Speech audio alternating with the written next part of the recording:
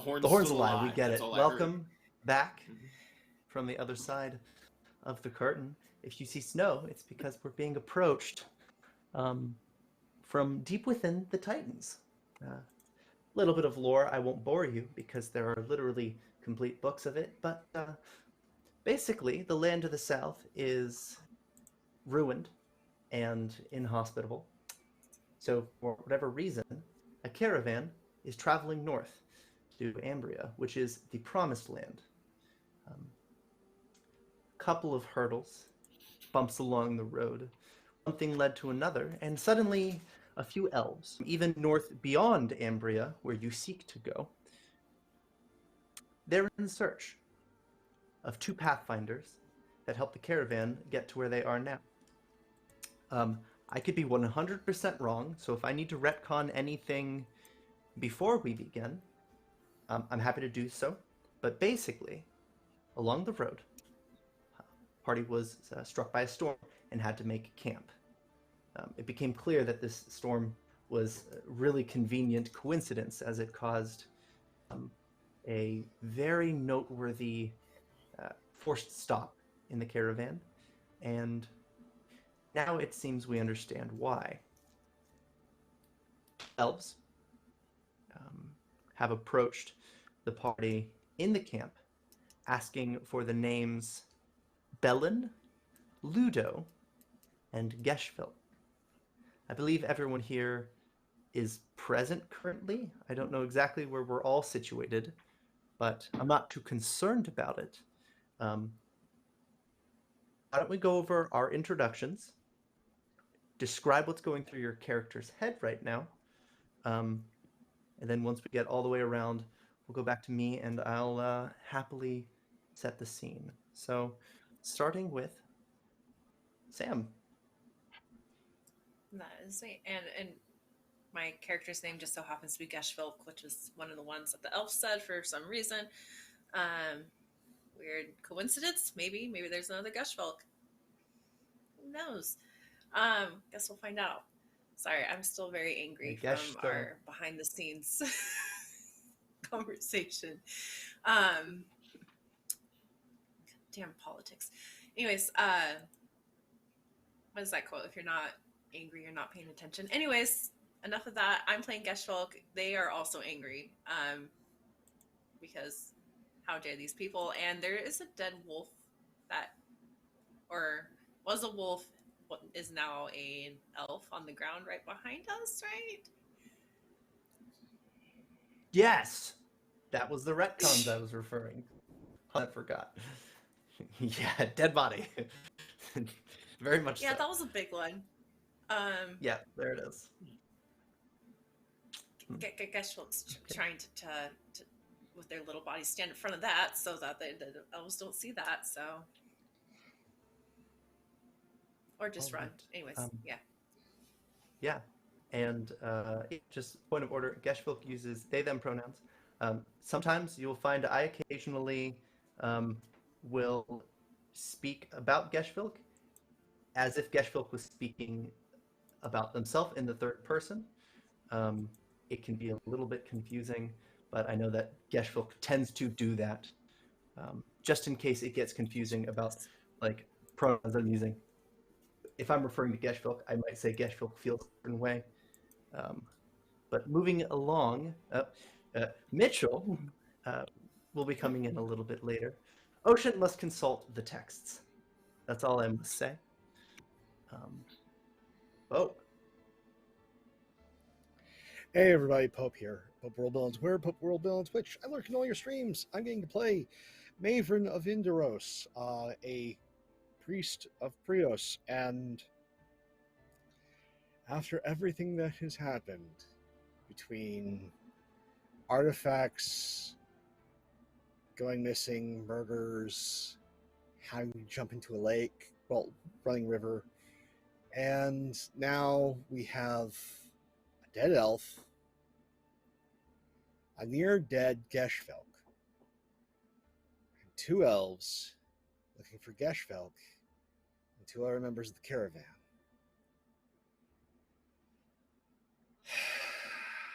This doesn't get easier.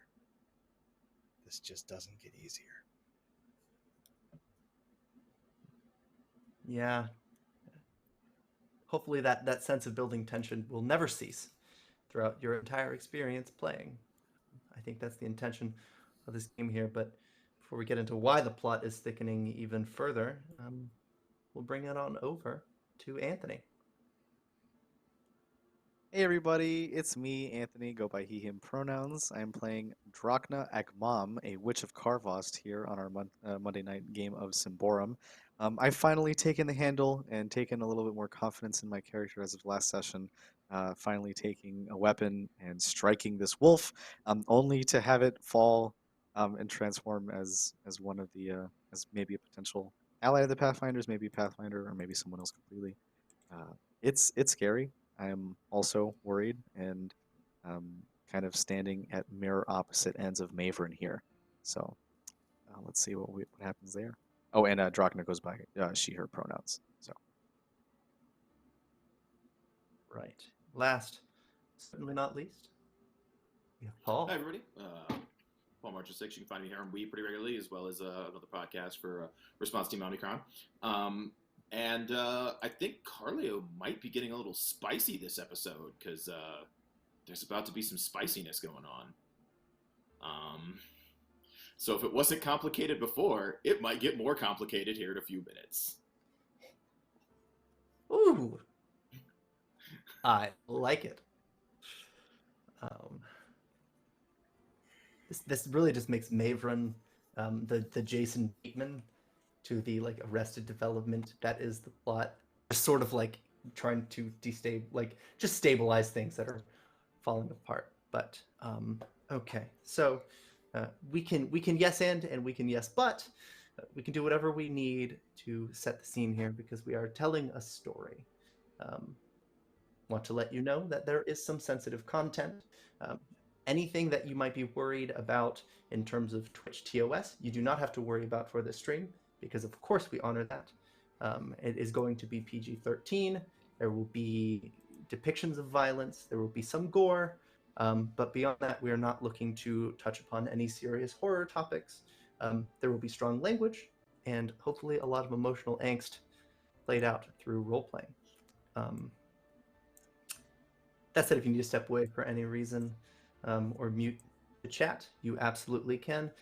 We also should have subtitles present, so you should be able to hear you should be able to read if you need to step away or you can't hear us quite right. But beyond that, if you need to ping us, you can go ahead and say in chat. Like if somebody's microphone is a little bit too loud or a little bit too quiet, we will be listening in chat. But to set the scene, we are at camp. A woman lies dead. The armband just underneath her shoulder symbolizes the Iron Pact. This has important historical significance as well as political significance, but we haven't had a lot of time to discuss that just yet, as the elves in tow have begun to make some pretty noteworthy demands right out the gate. Karlio, you seem to have been suggesting spicy intentions. So we'll start with you. Is there anything you're doing right off the bat that we should know about? Right now, Karlio is keeping an eye on the elves, and his demeanor that is usually always very moderate and calm seems to have shifted to be slightly on edge and really annoyed in the general direction of the elves. Okay. Because they came in, appointing themselves Team Iron Pact, Corruption Police, and I think they're going to have a separate, different conversation with me about some things here in a couple moments. Perfect. Okay. So I guess that takes us to Maevryn? Now, if memory serves, Drachna took point in engaging the elves. Oh, okay. And, all right. And is currently up not too far away from them. Meanwhile, I am here near Gesvilk and near the corpse. And I think like Maevryn's just quickly like assessing Gesvilk. This isn't the first time Maevryn's had seen Gesvilk injured, so is going to try and channel Prius's light one more time. And hopefully get Gesvilk more on their feet. Success. All right, so for another one.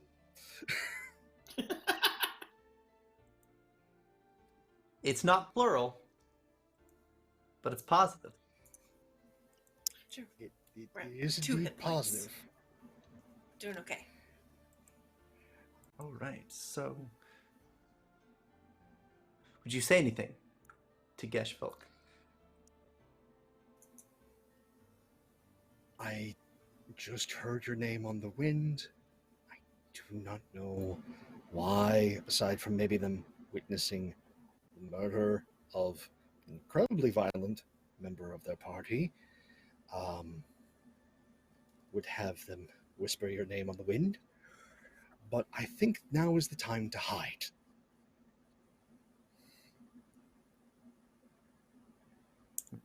Gesvilk did not murder Elf. Technically correct. Technically correct. That being said, though, it's elves, and elves usually mean one of two things. Either something goes missing or violence happens. And I'd rather something go missing, and right now the thing that should be missing is you. But if Gesvilk hides, then Karlio will not be safe. I will keep my eyes on Karlio. I will try my best not to let any violence happen to him. I'm going to try and keep it so that no more violence happens, period, but I don't think that may be in the cards today. Not violence. Yeah, well- Violence is life. Gesvilk's gonna go hide, though. Yeah, Drachna. I cut to right in front of the elves, and Yeah. really, my body is turned towards them, but my head is turned towards Karlio, who I see approaching or seemingly interested in these elves as well. Karlio, please, I need your assistance, but let's not hurt them yet. We may have injured one of theirs already, and I just want to know what they're doing here before we go any farther. Sure. I'm more than happy to help. And Karlio will approach. His step is a little more jilted than normal. He stops within conversational range, but not like in that I can back up real quick and put an arrow in someone range. Like, I'm here to talk unless I'm not. So it's like conversational range, but not private civil conversation range. He will It makes also me feel pull down safer. his face. He will also pull down like his face mask that he normally wears while he's out and about in the cold, so his entire face is showing, and kind of just waits for the elves to talk.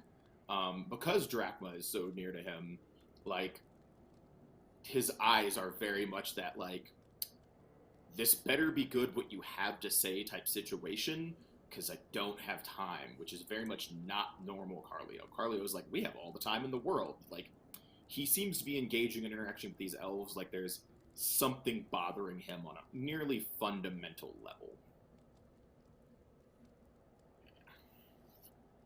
I feel pretty Interesting. safe.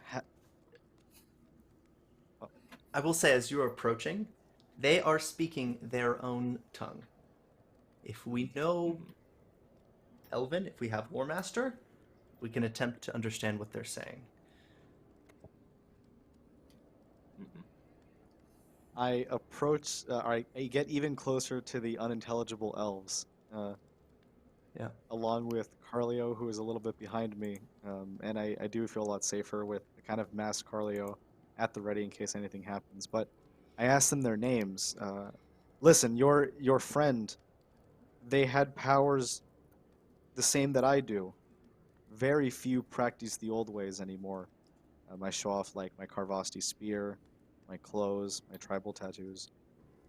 Please, we may not be seeking a fight with you.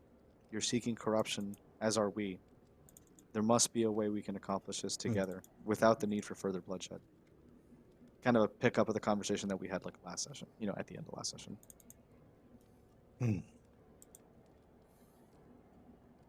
The older elf,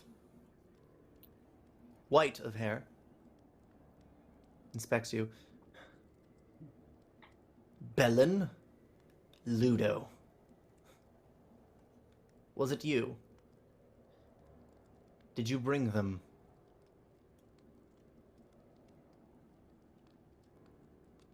I don't know anybody by that name, but even if I did, there's no guarantee I'd bring them to you right away.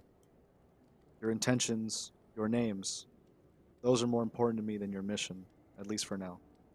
Especially in the company of the lives of myself and my companions.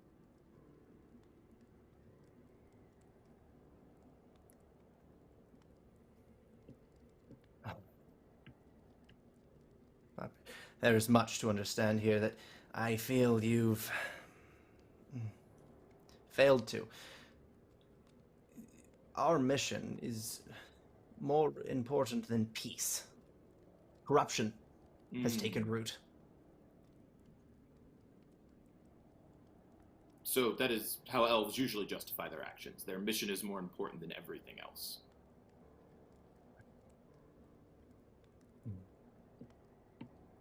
Have they shown signs yet? The elf looks Not that we're aware of. to Karlio.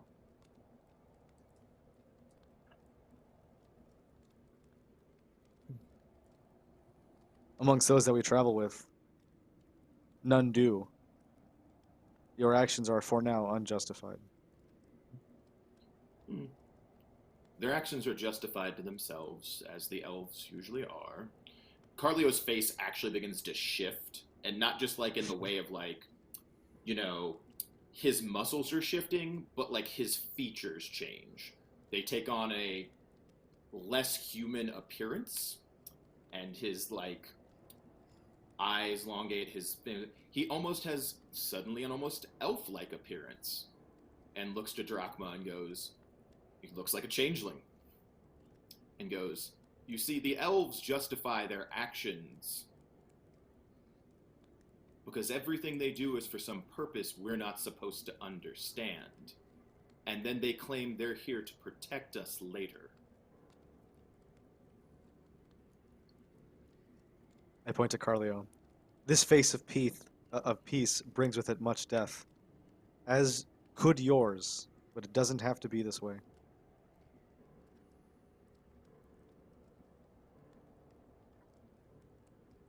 If you seek the truth, you may do so on your own time.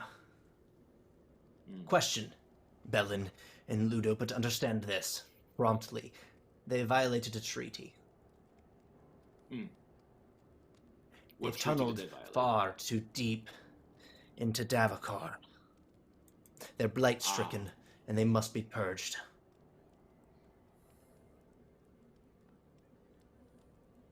Fair enough. You mentioned a third name. Did they travel into Davokar as well? We have it on authority. Corruption is threefold among your caravan. Separate is this incident, but no less serendipitous. A Gesvilk, as it were. They're corrupted. I will keep a very close eye on the Gesvilk. As for those that violate the treaty, we will speak to the caravan master on the matter. That is something it seems to have you have some level of authority over. But your claim to Gesvilk seems to be you have a mystical authority, much like the mystical authority that created me, I assume, or the other children that you're known for stealing. So it kind of comes down to the matter of this omnipresent, omniscient, masterful, unnamed authority which you claim has given you a mission. Until you would like to reveal more about this mystery, I see no reason to hand you Gesvilk at all. As for those that have violated the treaty, it will be brought to the Caravan Master's attention.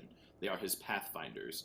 I assume that if they are given to you, that their position will be filled by someone of your own accord to ensure the safety of this caravan, that you would not endanger other non-corrupted individuals to fulfill your duty, unless that is not something you believe, that your higher purpose allows you to, put all in danger.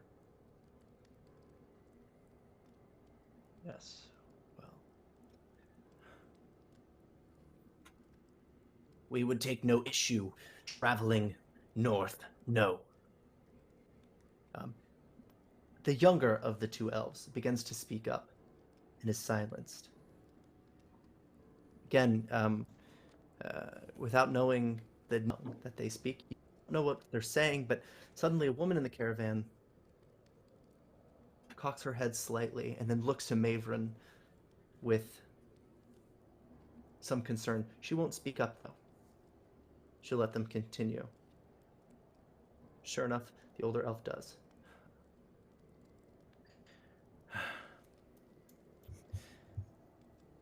We will travel north, regardless of the outcome. Do you need guides? We will comply. We See, will speak to the that's a Caravan lot more Master like about your two individuals that have violated your treaty then. And we will return at sundown. Thank you. Very well. I turn to Karlio as we sort of, walk back to the caravan. I'm like, okay, well, that turned out a lot better than I initially thought. I didn't. Well. I mean, you shifted just like that. Mm-hmm. Before they return to the caravan, his face will take on the same appearance he had been using. I'm a little humbled by seeing that event, and I tell Karlio, regardless of who he's told or not, this young Karvosti witch would keep a secret. It's less of a secret, more of a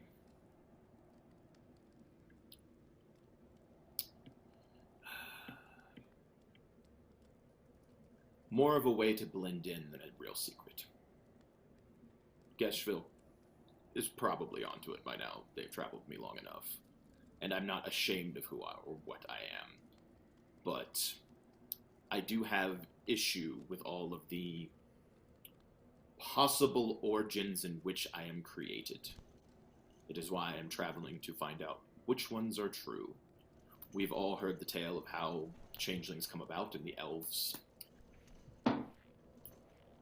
possible responsibility for it.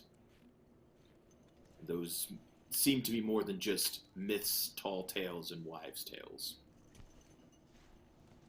This might be very difficult for you, but it seems like you have a solid head on your shoulders, and with the caravan, Difficult how? you'll probably... Well, there's a lot to face, more so for Gesvilk, our companion. I wonder if they feel the same about their origin, and if they're hiding whether respects, platitudes, or even potential secrets behind their curtain. That is fair. Let us go speak about these individuals that have broken this pact and delved into Davokar. Why is it that when someone loses their life, they wander into Davokar to re-find it? Solemn. Honestly, I have no idea. I've never been there or anywhere near it. Lucky. Mm-hmm. Not really. Where I come from, things are not exactly great. I wasn't making all of that up. So do finally return to the rest of the caravan. Mhm. Bellin and Ludo, of course, have been summoned as their names have been dropped. But I want to ask Gesvilk, what have you done? We're just hiding? I think Gesvilk is just hiding. They've found a little hideaway beneath an axle of the caravan, but not too far away that they can't hear. They still don't know Maevryn that well, and want to make sure that Karlio is safe.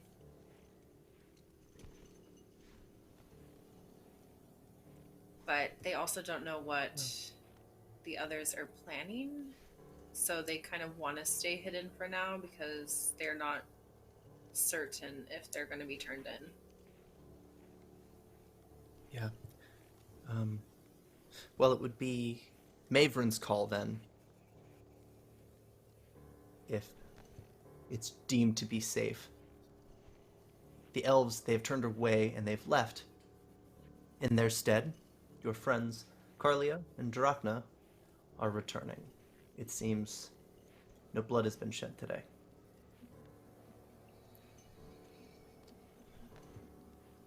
Why do I have a feeling this is far more complicated than them just leaving?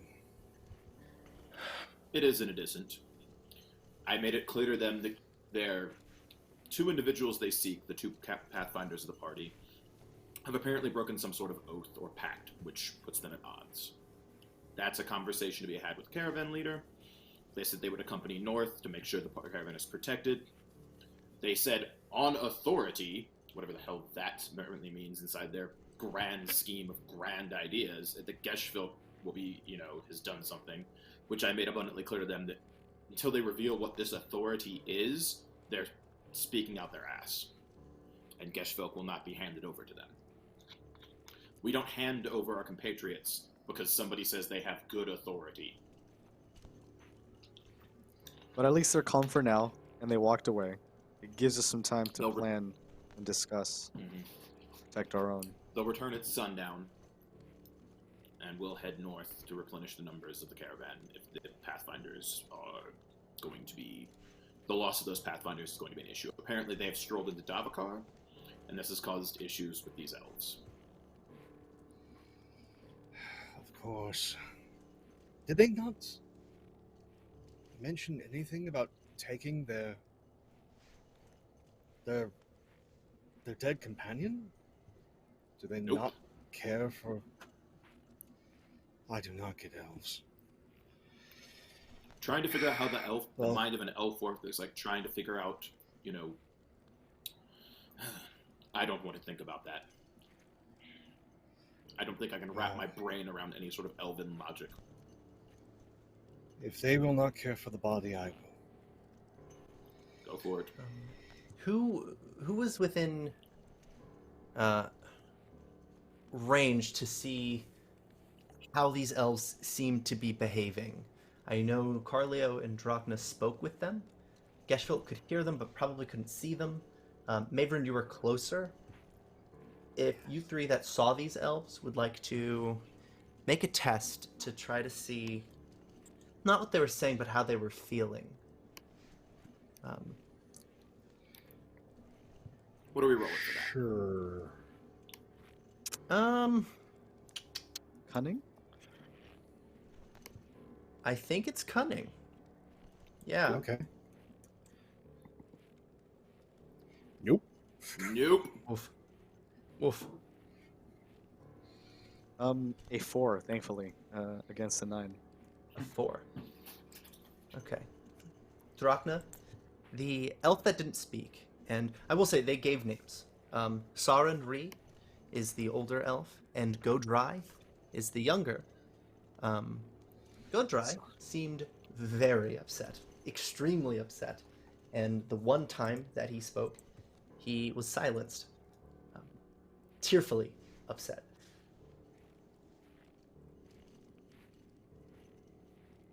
I relay this to the group and essentially say to Maevryn, Karlio, Gesvilk, listen, when they come back at sunset, it's not going to be the kind of welcoming that we think it will be. They left for now, but I imagine probably only to gather supplies or additional reinforcements. We should expect a fight or running, whatever it is. Giving up Gesvilk just isn't an option for me right now. Not until I know more. It's just as Karlio said, what ineffable force deems it such necessary with such divinity? Surely That they do there's a not flaw here. name. That they do not bother to Yeah. name. Literally, just can't prove it. It's completely irrefutable. I refuse to take that. At the very least, we should go in and speak with the caravan master about Ludo and Bellin. Find out what that's about. If at least get the story of why in Prios's name were they out in Davokar, what they were doing and how that's affected them. In the meantime, if you'll excuse me for a short bit, I think I saw someone who had a reaction to the elves' presence. I want to get that story.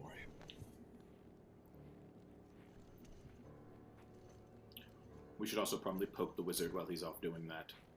They may prove useful in the upcoming situation. I peer over and see the Nothing texts. else They're they essentially might know. books about things.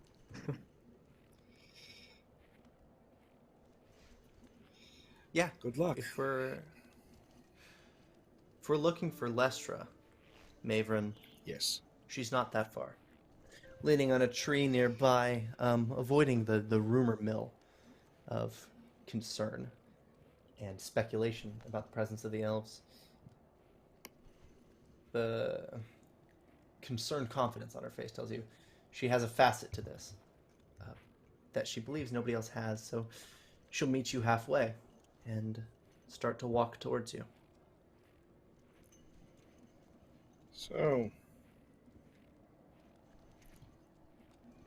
if you don't mind, you seem to have insight as to our unfortunate visitors. I would like to know.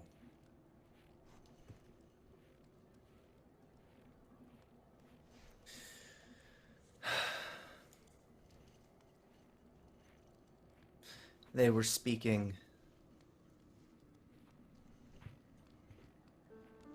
to the risk. They have more in their camp, and I don't think they think we'd give up Bellin or Ludo. It seems they're going to come back to kill us all. Are you certain about this?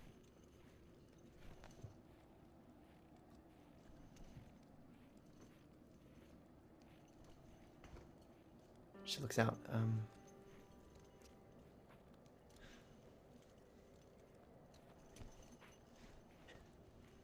You do know I'm a black cloak, yes?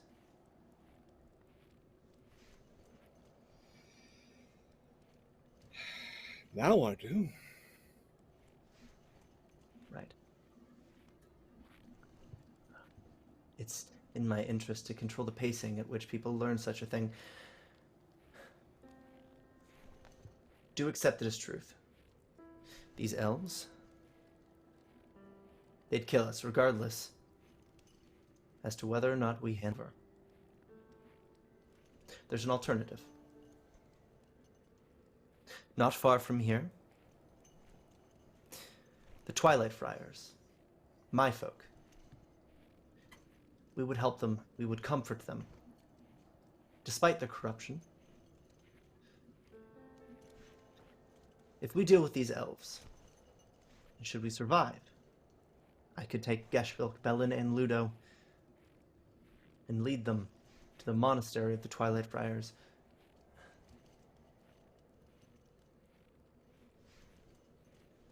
If they survive, it would be because of that. I hope you know this. I'm going to add, you get the sense, and I rolled cunning for you, she's absolutely put some lies in there. That does seem to be a black cloak, but I have a response. It's interesting what you say. When there was threats to this caravan of necromancy, I specifically asked for one of your order, and no one would come forth, including yourself.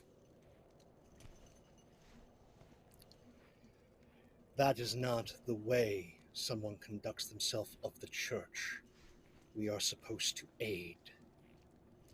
And by your hiding, you have brought shame upon yourself, myself, and the church. Your quests are noted but denied.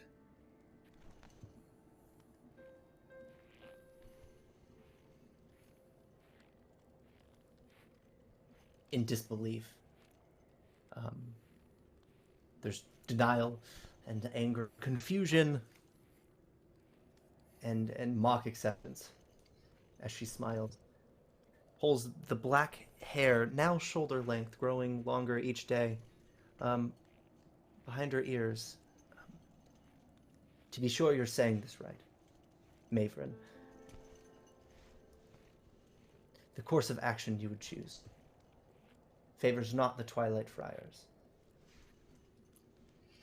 Oh, I think it does. I would not have one who has shamed the church be responsible for anything until they have gone and sought penance, as one should. You have not. And until we get to Yndaros, you cannot. And so you would sully the doorstep of the Twilight Friars while sin hangs upon your head, is what you're telling me right now. Is that what you want to tell the head of me to tell the head of my order and those at the cathedral when we get to Yndaros? Is that what you're trying to say?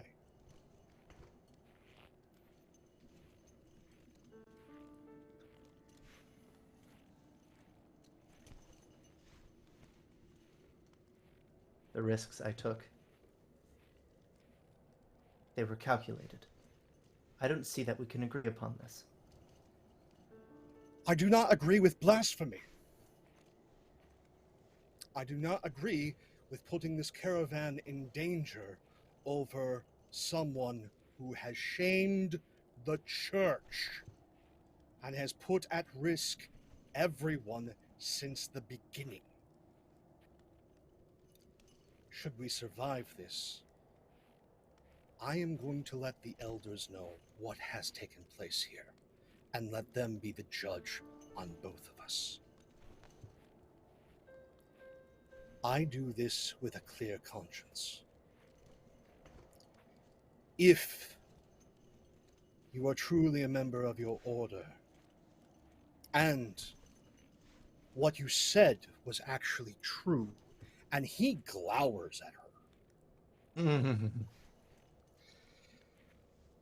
I would suggest whatever skills you bring to this caravan, healer, fighter, guide, you make ready yourself. But if you lied, then I suggest you go wander off into the cold and ask Prios for forgiveness. You will not find it with me. And he walks off. All right. So during this has been heard most immediately by Gesvilk. It was a little bit of will they, won't they here. But what's your reaction from underneath a carriage, behind an axle, tucked away and hiding?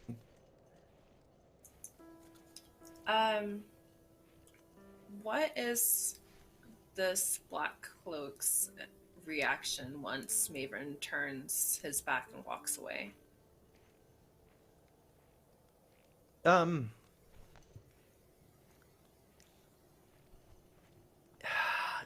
guessing they're not going to wander off into an the agent. snow. Yeah, an agent of her position would not be bashful to have lied, but would be really sorry to have been caught. Letting this completely die and be removed from recent memory. It seems she's tucking her tail between her legs and finding a less Maevryn-infested corner of this land, should it keep moving with her in it. Perfect. There's a moment where Gesvilk lightly puts their hand on the dagger at their hip. Their eyes sort of trained on her for just a couple seconds before they shake their head. Not now. Need to find Karlio. And so when it is safe for them to sneak over, they are going to try and find Karlio as quietly as they can and in a way that he is not around people.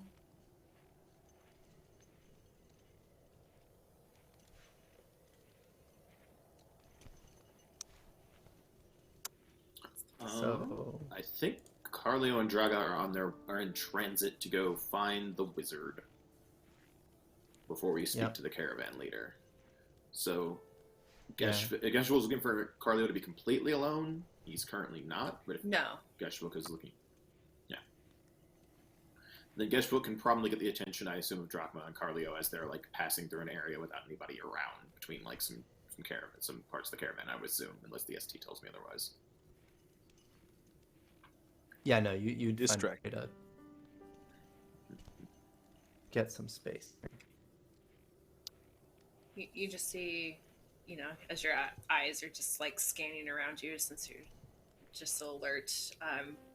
Just out of the corner of your vision, you see Gesvilk just standing off between like this pile of like food stores and some other contraption that they're not sure what it is, but they're hoping that they just kind of nod their head towards Karlio and do that, just like come over here. Yeah.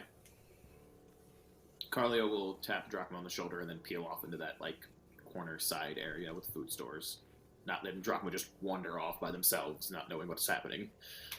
And you're like, huh? And then I just walk in that direction. Mm-hmm. But I sit down next to where Gesvilk is and tie my boot so Gesvilk can talk to me without making it look like if Gesvilk wants to be sneaky.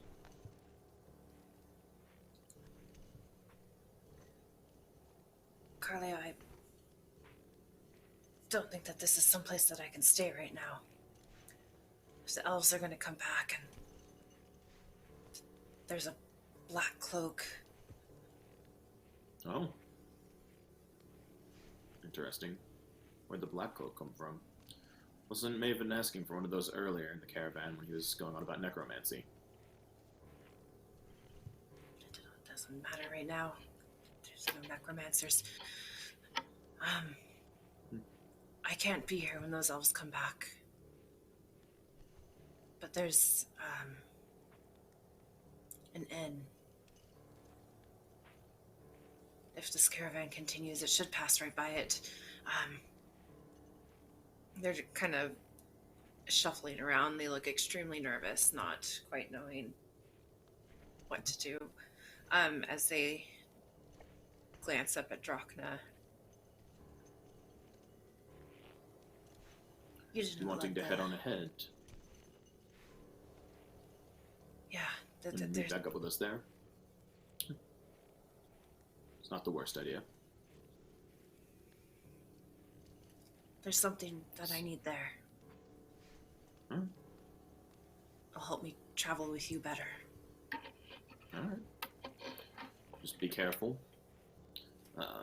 The elves seem to have it on, air quotes, some authority that there's something going on with you.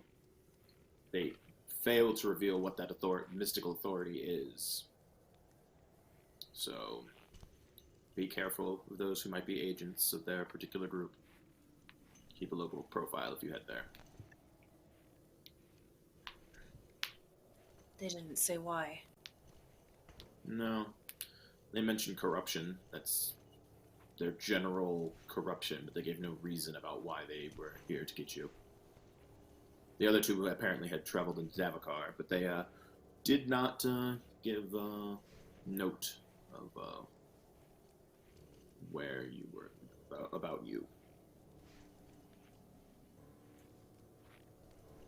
Gesvilk does not go to Davokar. That's good. Fair enough. If you think the safest course of action is to head ahead, I'm not going to disagree. I'll ask for a description of the Black Cloak woman, by the way, before you leave, so he knows what they look like. Yeah, rather androgynous, black hair and a bob. Wears a black cloak, which was foreshadowing you just didn't see. Clearly, no. Yeah. I mean, I wear a black cloak. Everybody wears black cloaks. Black's in right now. Black's super big this season. See. Yeah, Black Plague. It's a good time. I mean, let's be clear. Gesvilk has a black hood. Everybody's rocking black right now. Yeah. Black on black on black on black on black. That is the crook look. Let's be real clear. That is how this works. That is true. Black are Gesvilk's toes, walking in snow like this. Walking about as well, Drachna has learned that the mage Bartolome is meeting with Argasto about this. This gives a point of convergence between Drachna and Maevryn as they come upon the large sort of yurt-shaped tent that the caravan leader keeps warmer than anyone else's tents. Outside this tent, where you've heard from a guard that the Order of Magica mage and caravan owner are currently inside, Maevryn, Drachna, you meet. Would you say anything? Let's get this over with. Maevryn, I don't know what you're thinking. Sometimes you act with a bit of this, quite a lot of vengeance, actually, in your actions and your voice. I mean, do you think this is going to go well? Do we really have anything better than fighting and blood to offer? Do we have more than fighting and blood to offer? Most assuredly. Will it go well? If anything is taught I have learned on this entire trip, nothing goes well. Nothing. So, we will go in, we will do the moral, right, and just thing, and then when it all goes wrong, we'll improvise. I can live with myself. That sounds like a good plan. Right. And opens the tent flap, holds it open. Yeah, we stroll then in. Closes behind. Yeah. Bartolome and Argasto. They're inside. The thoughts bouncing around in their heads are almost visually present. It's immediately clear that they're discussing the Bellin and Ludo situation with great discomfort and concern. But as soon as you open the flap, they stop speaking so as to allow you in. Oh, yes. Come in then. Thank you. So, Thank you for having us. we have facts to find and decisions to be made. What do we know of Ludo and Bellin's history, as well as their current well-being? Well, I can actually chime in prior to that. They were stressed. They were angry. Something is definitely up with them. Well, if elves came into a camp, and one of their number in the form of a wolf trying to eat people, I would probably be stressed as well. Angry? Maybe. I would be far more afraid. But the crux of the matter are the accusations that the elves levy true? Did they go into Davokar? Have they been corrupted? That is all we need to know.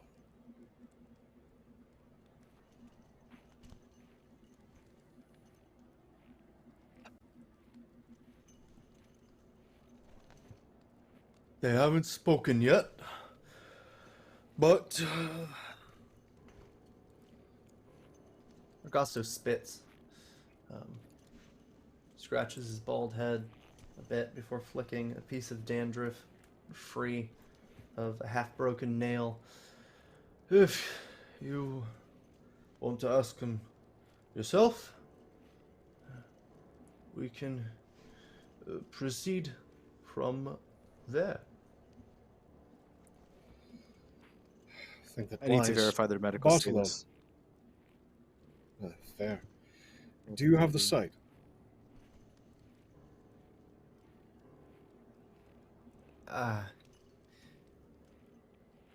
Yes. But I'm not the only one. That may be the case, but you're the one who's here present. So I would suggest, for the sake of the accusations and the lives of these men, that you use it. Maevryn, there was a time on that mountain when we were traveling that I awakened something within myself. And I kind of perform a flicker of which sight. I can see now. Show me to them. I'll tell you for sure. Very well. Looks like you get to save your secrets, wizard. At least for now. And I'll be pulls the searching tin for flap open. lesions. Good to know. When the fighting happens, if you happen to have any capabilities, they would be welcome on the front lines instead of in a tent. And closes the tent flap behind the two of them. Well, that tent flap now separates the heroes from the cowards. But, dear heroes, do we head to Bellin and Luca? Please. All right. So that was enough time for Karlio and Gesvilk to get caught up. Gesvilk, were you headed anywhere? Are you fleeing? Are you?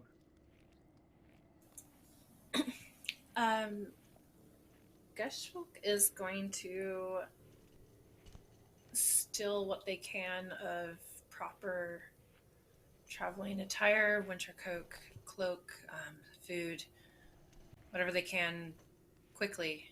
And then they are indeed running. They quickly gave the name of the inn to Karlio of Jackhead's Heart. I will be there. Before slipping around in the caravan, just taking what they need before heading out. All right. So,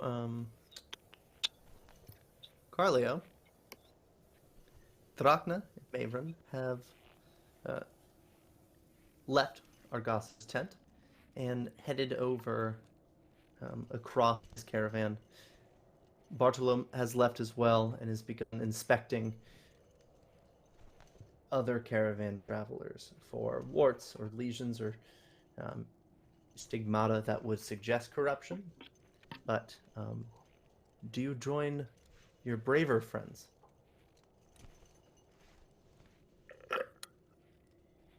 Yeah, no, I go ahead and join up with Maevryn and Drachna. Just Yeah. Well,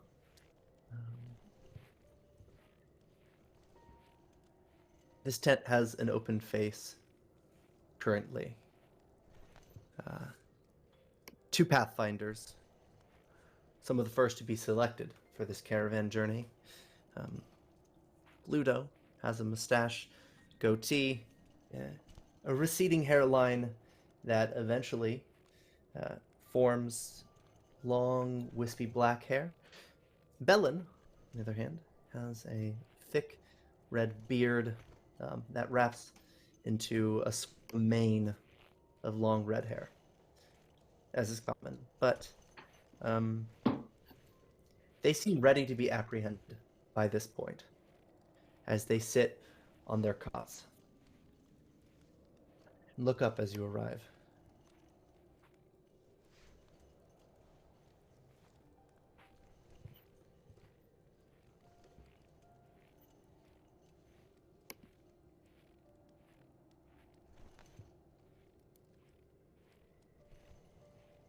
I guess Drachna first, if you'd like to cast or perform Yes. Witch Sight.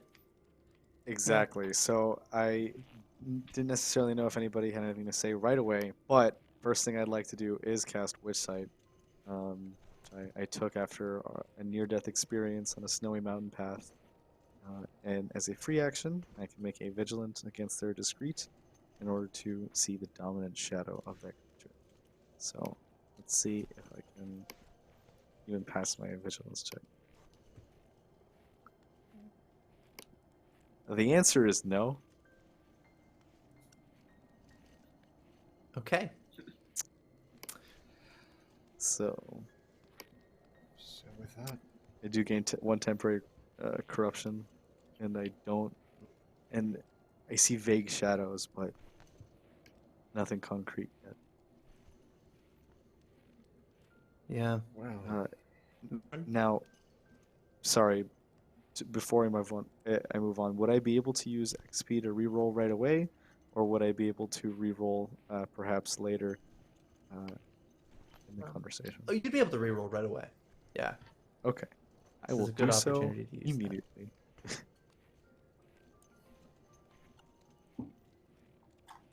Okay, better. It's a 7 against my 10. 3 degrees of success.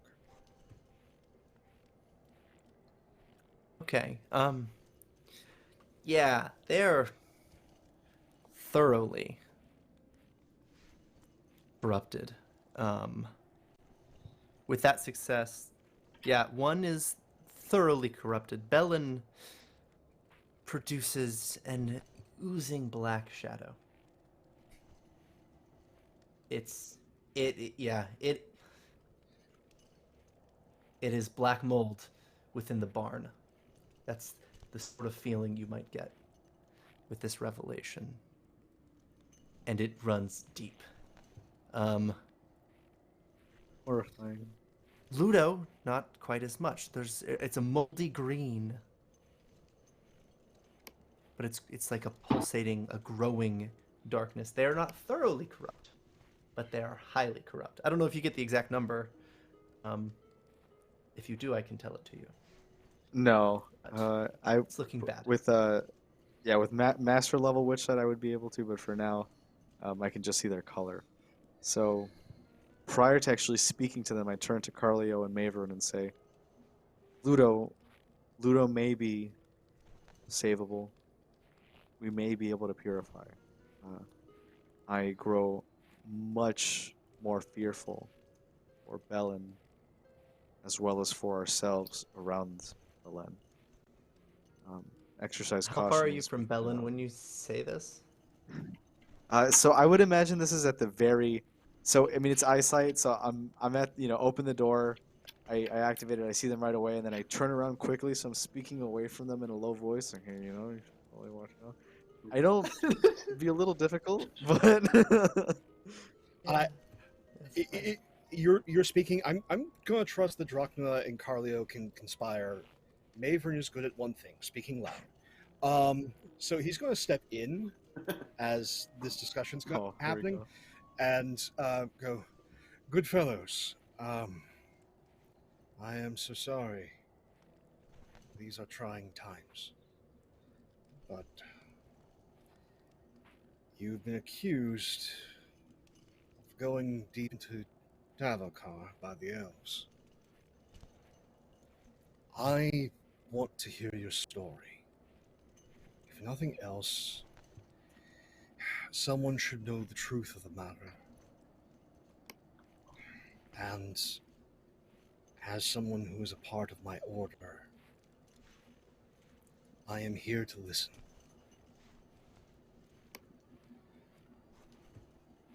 I feel fine. Bellin says,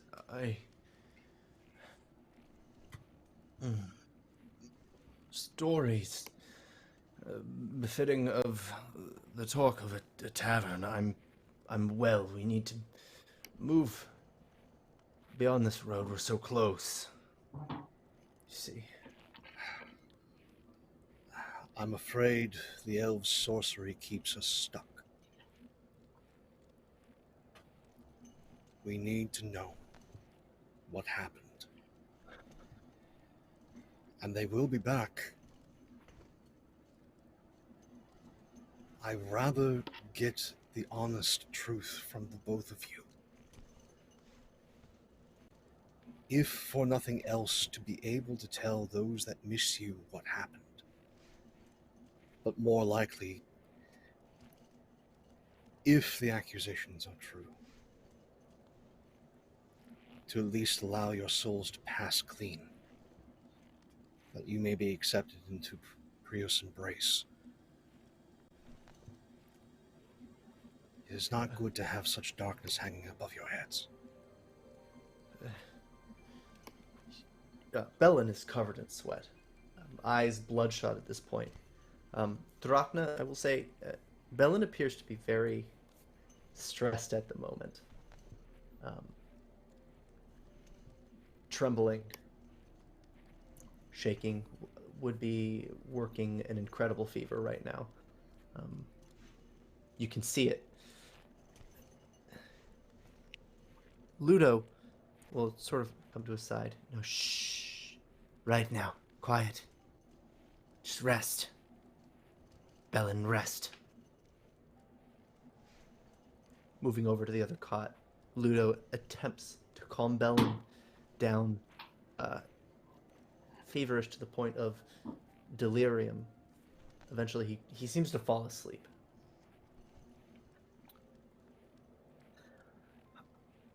I'll tell you what you need to know.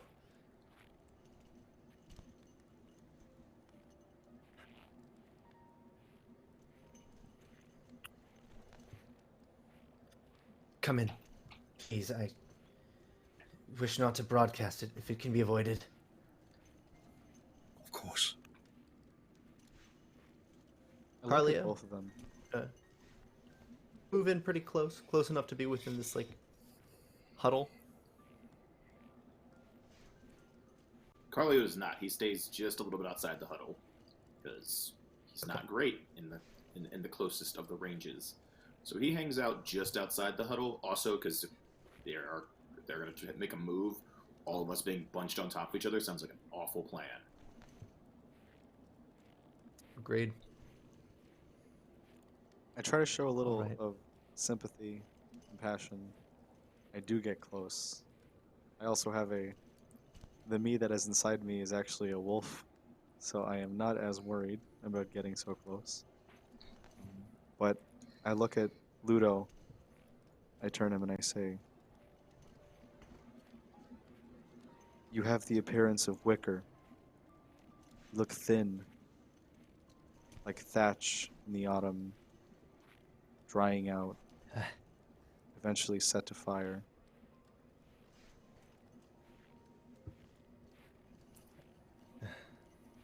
My mother always said I cared not about a supper skipped, but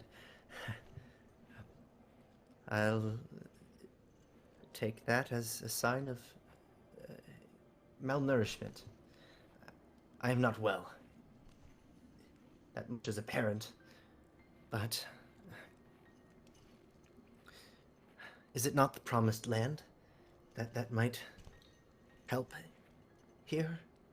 It doesn't matter.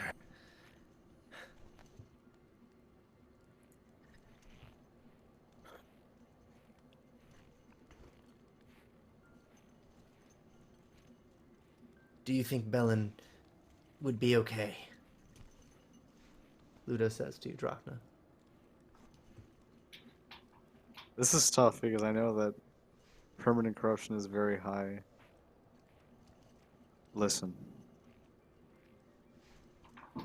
If you can guarantee his calm, it seems like you might be the only thing holding him back.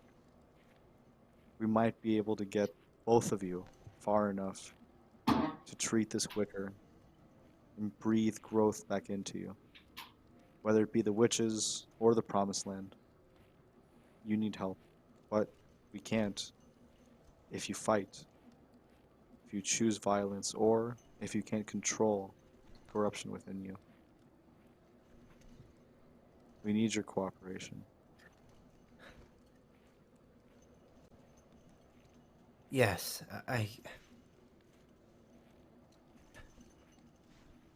How long of a story do you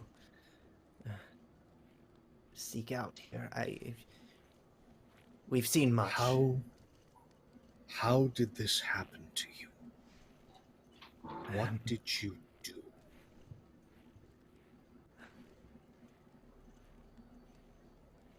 Not all is glory in the promised land, you see. We were treasure hunters. We traveled north. We were looking for ruins we never founded. We came upon something else, a tomb smaller. It wasn't licensed, if that's what the elves told you. It was unsanctioned, and we went anyway. I'll take blame for that. But nothing is safe in Davokar anyway, and we took a risk.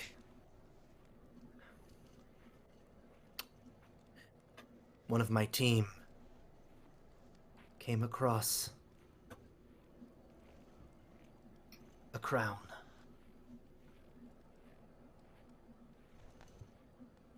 Gorik was his name.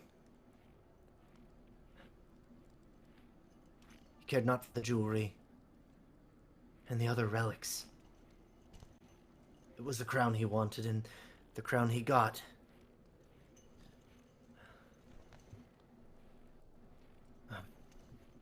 We lived like kings up in Thistlehold for a while, and then everything changed.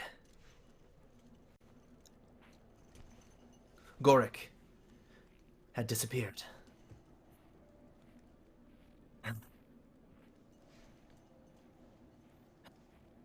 Soon after, talk from the expedition came, something to suggest that this crown he was so fond of laid curse upon us. One by one, the team, they went missing, and when it was naught but two, Bellin and I.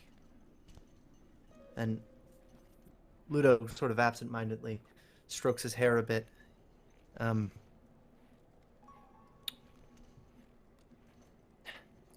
We fled. To get away from the thing. Your presence here is evidence that it didn't work.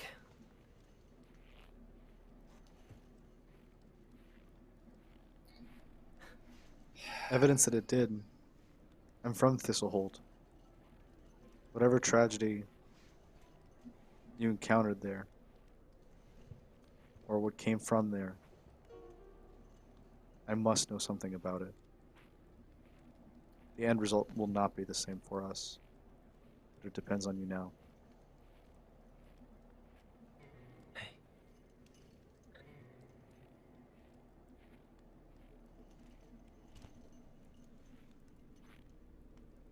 A thought still haunts me. We should have known earlier.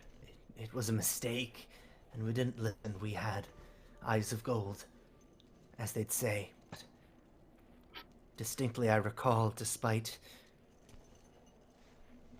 our best efforts, we could not remove the skull from underneath the crown. Fused, it seemed to be bone to gold, firmly against the copper. It would not budge. And what's more is, on the return, such a skull would be warm to the touch, as if freshly severed from a head.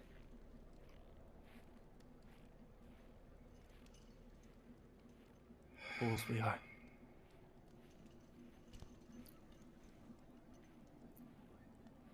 You have a choice right now.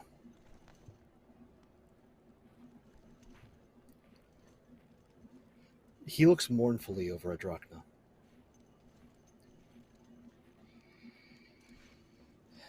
You have touched something truly dark. Not entirely your fault, but fault there is. You have a choice.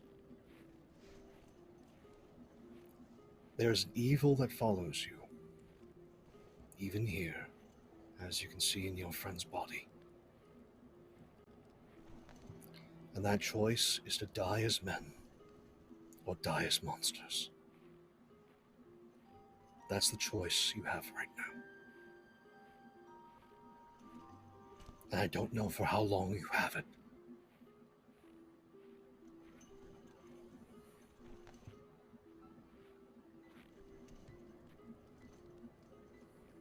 Man of Prios, if our final choice is one that would do right by you, what would you have us do? I understand the fear you have, though I do not experience the same. If it were me, I would pray for forgiveness and end it. Quick. One of the Pathfinders has an axe, one proper for felling. Have it in now.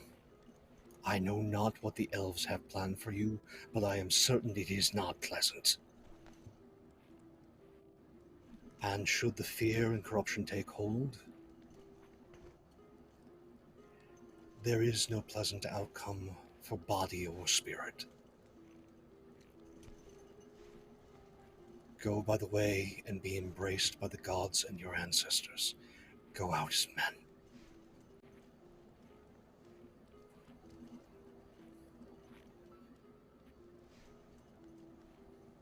Yes.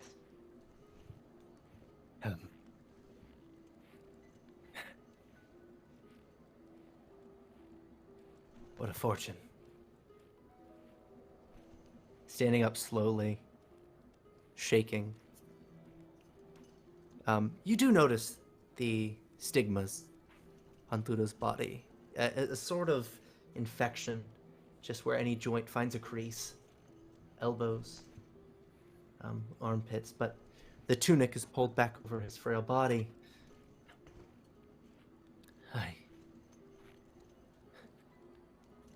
Might I be saved?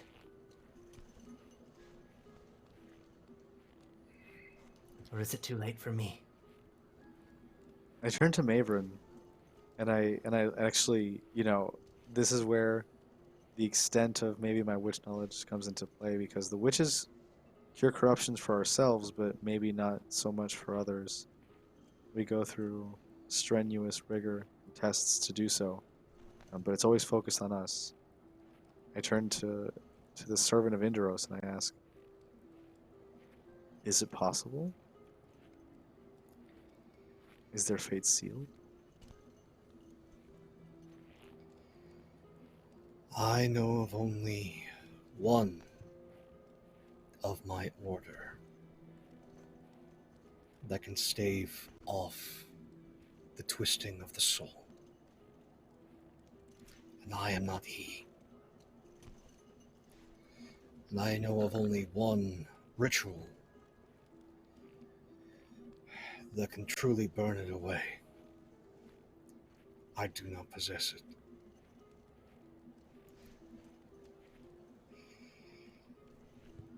In this cold, dark place, the only light is Prius' embrace at the end. That is the only salvation to be offered, and for that I am sorry.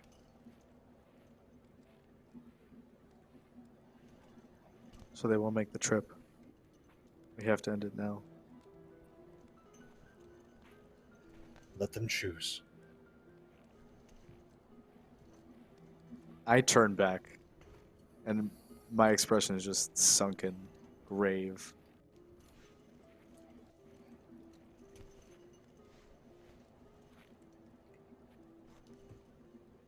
The choice. The choice is all that's left.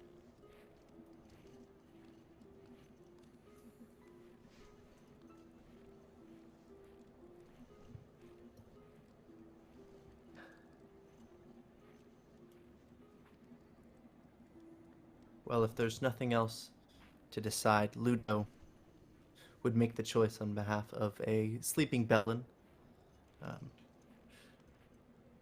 More importantly, a creature that is no longer Bellin, that must be dealt with before it is a problem.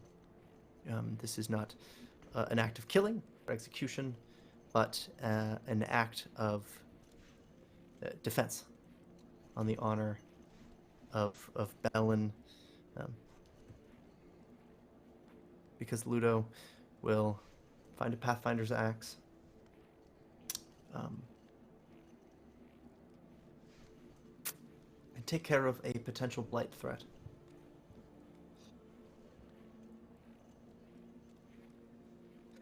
Packing his things, however, tidily, neatly, he'll ask,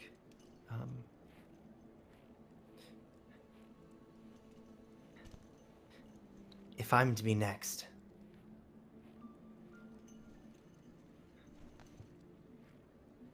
but if there is a chance for me,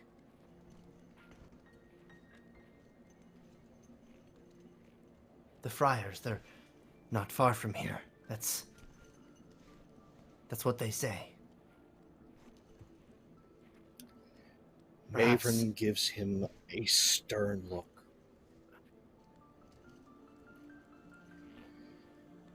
That order is not of salvation. That is an order of study. Do not let the black and what they have told you be your end. They will use you, not save you.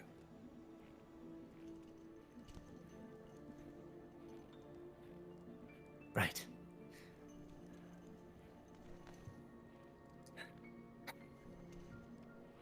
It's so sad. It's like begging. There must be. What would the elves do with me? That I do not know. But what I do know for certain is there is malice on their tongues and death in their eyes. I do not think what they plan for you is anything pleasant, but it will be an end.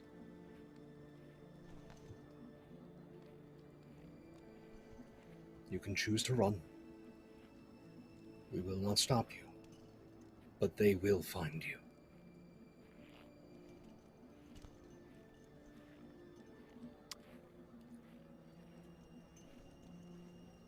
So what will happen now? I'll give us an opportunity here if we wish to stop Ludo.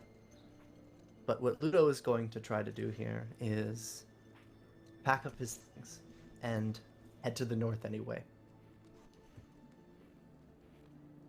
Fleeing away despite the weather to try to get away from these elves. I would like to do something truly awful. I think I'm probably going to concur with the truly awful thing. Yeah, 'cause I think I know what I it think is. it's an order of truly awful things, so I think it's just a question of who gets to the truly awful thing first. Oh, I would like to embrace him. I'm giving him a hug. no, I wanted to give him a hug too. I jump in for I'm the going. hug. I'm going to Okay. kiss him on the cheek, and then before he can move, I am pulling my dagger and sinking it into his back. Right at the base of the neck.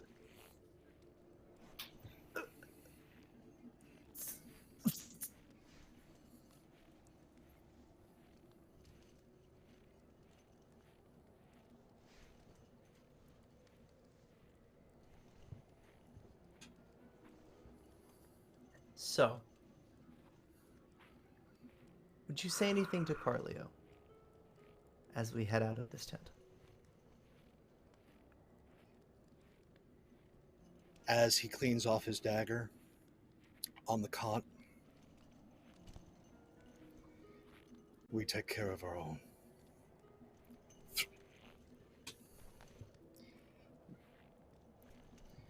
I'll go prepare a pyre. The Sounds fabric good. that I was grabbing onto, like blood on my hands, I finally let go. I turn to Karlio and Maevryn before Maevryn leaves the tent. The Karvosti. We can prevent this from happening to anybody. We are few, but our resistance to corruption is unmatched. This needs to stop. I left because I thought our ways, the trials, they were flawed. But maybe I realize now they were needed. Needed to control the power that comes with stopping something like this. I vow. Drachna, watch what you say. The gods listen. And right now, Good. I don't think even your ways or mine can stop the real villain here. And that is the greed of men. And he just walks away.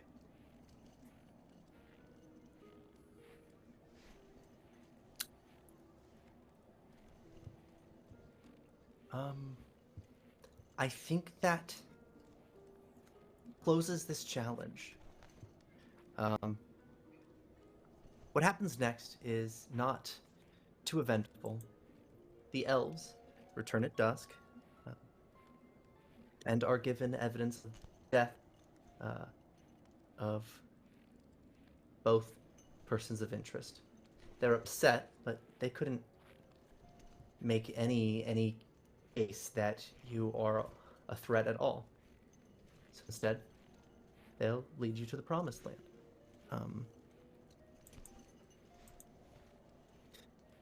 Do we have anything else of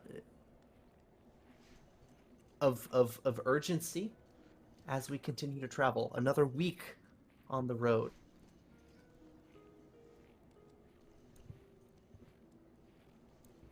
Do the elves stay with us the whole time, or they just take us to the next little area? They'll stay with you until you're away from. They'll at least take you south of the tree line. Okay. I always try to keep an eye on them. I do not trust these elves. Elves are not to be trusted. I do agree. Mhm. So, it's a lot of that. Yeah. Well then, what we will say here. A week more to travel. It's uneventful. cold as anything. The sunstone sure helped, but we managed to deal with the elves without a skirmish. Eventually, making our way to the warmer climate, you could start to feel the air of Ambria, the Titans. And eventually, past a clearing, you see it in the distance. Farmland. Just past these mountains. Yndaros would be there. It's too far to see, but you can already picture it. The warmth, the rivers. Trees in golden red. It's late autumn. You've almost forgotten about that. So far up north, you barely even had trees to begin with. But you've made it with the caravan to the Promised Land. This will wrap the Promised Land. We're going to cut to break, and when we return, consulting our books, our Sunstone, searching for some friend perhaps, we will begin the Blight Night. So stick around. We'll be back in about 15 minutes, and we're going to do a little bit of a jump cut to a little bit of a warmer place to be. Also, I just wanted to shout out Valdriant for 5 subs. Absolutely amazing. And also, congratulations on, I think you're at 46 months for your subscription, which, I don't know, it just feels like longer than I've been alive, honestly. Lost Caravan, thank you for the raid. We'll be back in 15 minutes. Sit tight.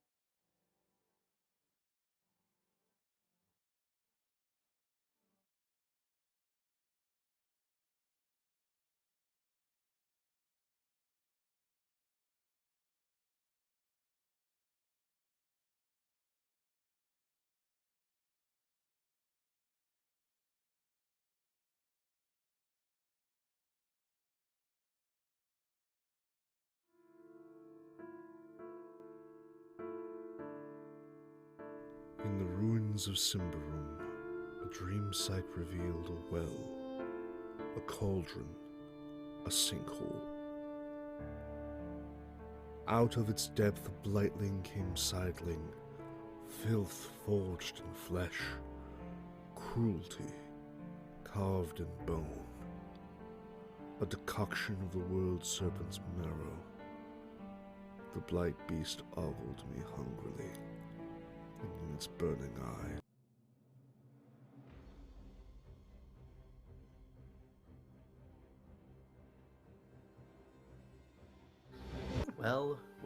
Well, welcome back. New background. Who this? We are north of the Titans now, officially, in Ambria. Let's say hi to Mitchell. Ocean was Hi, Mitchell. consulting the books, or burrowing, but I'm like, guys, I have the answer. Oh, we're home. All right. yes, sans a few Fair. Pathfinders, perhaps. But I want to ask, now that we've returned, as we are beginning a published adventure in the Adventure Pack 1, I believe, called Blight Night. Spoilers, none of you know the name, but Karlio, do you have a place that you would have the party set course to? The thread is here somewhere. Yes, it is whatever. Yes, the thing you sent me that I can't pronounce because I'm awful at pronunciation, because it's my guy who I should meet up with in a city. Now that I'm completely, this is a thing you could have just totally poked me on breakup about, and I'm going to throw you back onto the bus order that I would have been able to then look cool on stream. But Ian is very on me now for all of those age jokes. Jokes I don't even remember, but I was referring to Gesvilk here. As they are set out somewhere. Gesvilk, yes. Yes. Oh, my understanding is that was on the way, but sure, yes. If we are just crossing the border, then yes, we have to head to the end to pick up Gesvilk. That is totally 100% true. I thought you meant the other hook. Right. I have too many hooks. I've got all the hooks. I'm like a captain.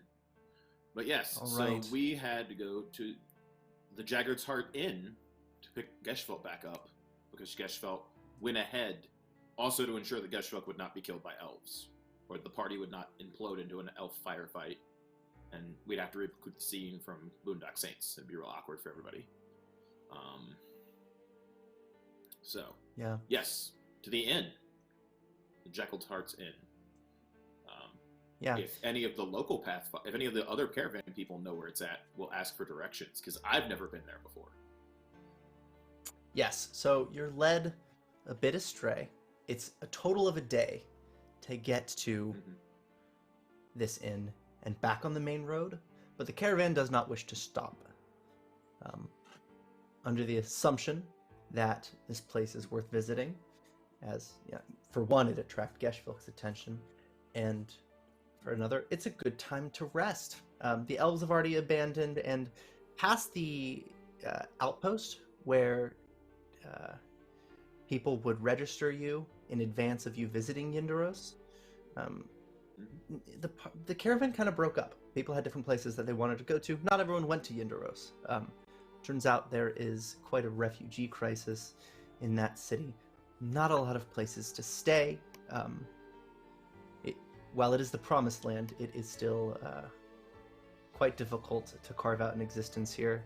And for that, some people have tried their luck in the surrounding farmland. This party has decided to meet up with Gesvilk and get their side of the story about, their own corruption, why they fled. But as you approach, there is nothing out here. Even the farmland itself is quite sparse. Dense vegetation, but quite a clearing will frame an open field. At its center, a rectangular, palisaded compound of sorts. You see one chimney, smoke bellowing out of it. This would be the inn at Jakad's Heart. I want to ask, we've had about a week or so worth of travel. Is there anything that we needed to do that would take a lot of time? I imagine corruption, wounds, things like that to be taken care of, perhaps? All right. Gesvilk was the only one that liked damage on our last run. The rest of us are all pretty chill. So Yeah. actually, upon using Witch Sight, I did take 1 temporary corruption, or 2 in fact, for every attempt in using Witch Sight is 1 temporary corruption. So I've actually gotten 2. But I need to do a special ritual to get rid of those, or is that a time-based thing? It's time They based. disappear at the end of the it- scene. Yeah. Right, or Oh. after? Yeah. Yeah, It's it's right pretty, after like, the scene. Cleansed. It's- Okay, I feel fine. It's if you go really hard in the paint real quick, it's bad. We'll go hard in the paint. Yeah. All we. Oh, Thankfully, no. Yeah, no taint check, so I'm good. You don't know much about this place, and for that I imagine you expect anything. But Maevryn, Oisin, Karlio, and Drachna, as you get close enough, poking ahead out of the jagged horizon that is the palisade wall, just above the gate, a young girl, a child, truly. What's your business here? We're here to meet up with a friend at the inn.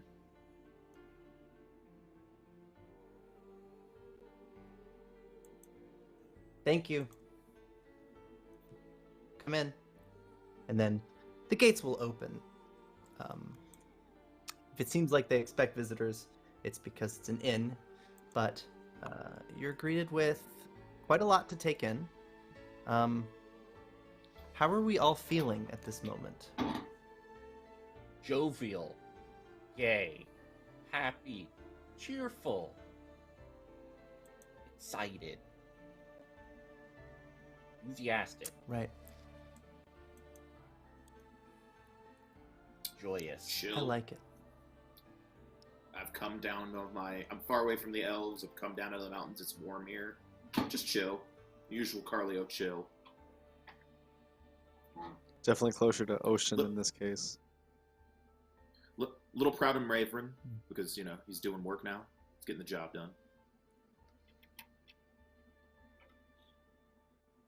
Yeah. That kill count's a little bit higher, isn't it? It's old. So, How much baller would it cost to buy everyone a drink? Like, what's the picture? Do we have like a? I'm gonna go up to the bar, whoever, and just be like, is there like some sort of like buy 2 and get 1 at a discounted rate for large pictures of your alcohol?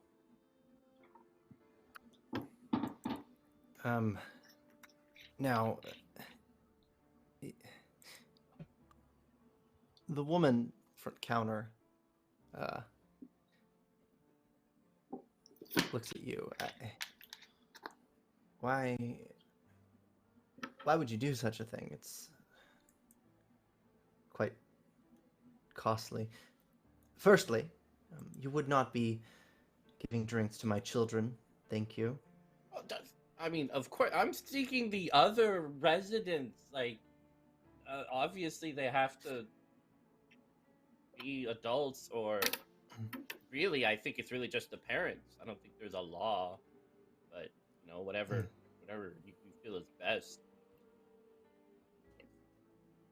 I want kids too one day.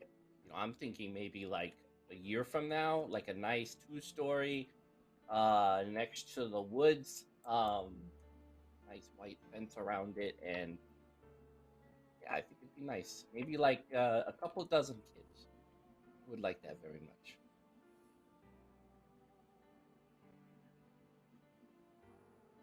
If charity is what you seek, there's a rat around here somewhere. They keep climbing up the palisade, picking at her garden. I just wanted alcohol. Why'd you bring in rats? Hey, Karlo, am I doing this right? I feel like they're not getting the message here. I have never ordered a drink on this side of the mountains before. I have no idea how it's done. Yeah, I don't, is anyone an expert? Priest? Priest, can you translate for me? I don't think my intonations are coming through. This is definitely a Maevryn situation. Yeah, Maevryn, I would like 2 alcohols, please, of a big size, preferably with a discount, maybe 3. Can you tell this woman that, or ask her politely?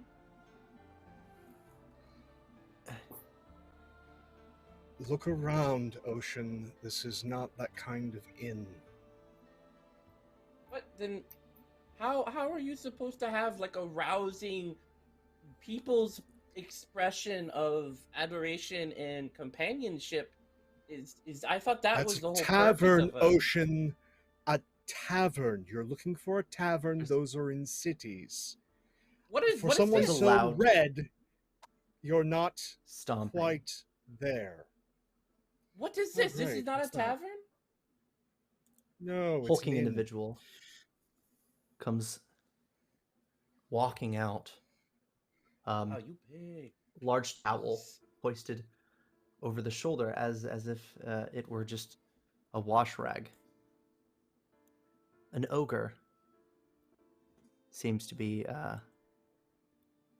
put to work here, coming to assess the commotion. Hi. I apologize for my companion's lack of sense. I do too. What's your name? Mangold. Pleasure to meet you. Do we Shake put your him... hand, Mangold? You just get a glare. Do we put him out with the goblin? Sure. Is that Actually, sounds we are fun. here to meet the goblin. Where is the goblin? Oh, not that goblin. Okay. Just stomping, slumbering over, eventually opening the double doors outside the inn, and pointing over. There is a garden here. Okay. Just points to the garden. They pick and pick. They do not pay. I see. And I will take a thaler, give the thaler to the ogre. That should take care of the picking. As for my uncultured friend, they can pay for themselves. Excuse me. Wait. Are we sleeping together in the same room? I think you might be sleeping in the garden, Ocean. Maybe. Just don't bother the toilets. With the god. Okay, I'll be outside then. Drachna, are you coming outside too, or are you inside for the sleepover? No, I think I should go outside. A little bit of Okay. nature always does me good. Helps me relax. Have fun. That sounds perfect. It seems someone there's a follow goblin Ocean outside. about. A goblin or our goblin? A goblin. Anybody taking point on this search? I will head towards Sure. where they pointed out the goblin was supposed to be. All right. Yeah, so you make way into the garden. Sure enough, some things seem to be picked at, but it's post-harvest. You're not going to expect to see too much in here at all to begin with, but No sign of a goblin in the garden. However, if you want to search around, you may attempt to look for a goblin. Otherwise, Sam, if you intend to reveal a goblin, I will say you see for the first time in nearly a fortnight, you see your old friend Karlio.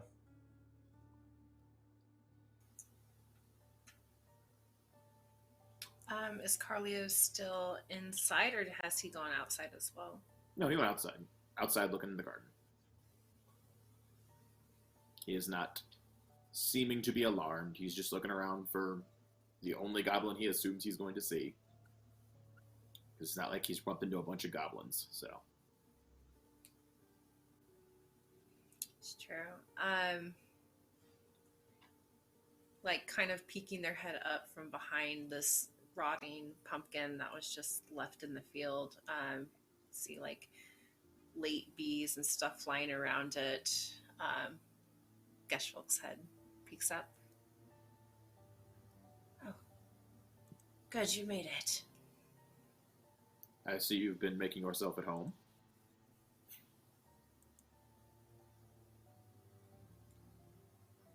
Gesvilk come here to look for something, and Gesvilk's not finding it. Ah, what is Gesvilk looking for?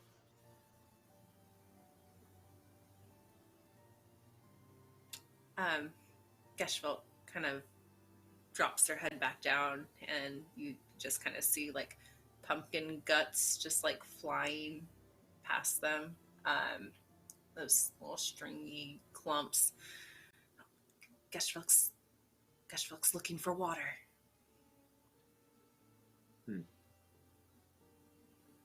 Interesting. Gesvilk's not finding it. That's fair. Let's get you some water then. He'll head back to the inn and order like a meal and an extra glass of water. And then an extra meal for Gesvilk and a glass of water.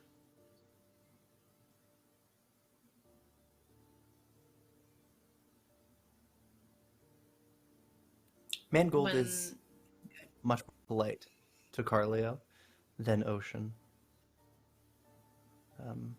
And before you know it, Gesvilk, you have food and water.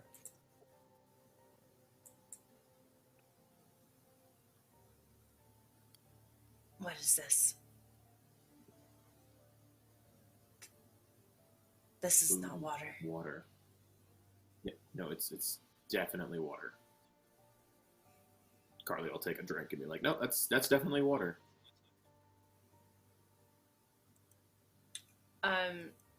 Gesvilk seems frantic. They're just still kind of digging around before hopping up. Not the right water. Not this water. Different Right. water. Better water. Leaves the food and the glass of water untouched. They frantically walk towards where the shrine. There's a shrine here, right? Yeah. I've looked over this. Karlio, there's nothing here. Sure. So, let me finish my meal, because I ordered it and I paid for it. I'm going to eat it. And then we'll go to Ocean, and maybe his books will tell us what it is that you're looking for, because Ocean checks the books all the time. But it seems like you're looking for a particular type of water. When was the last time you ate?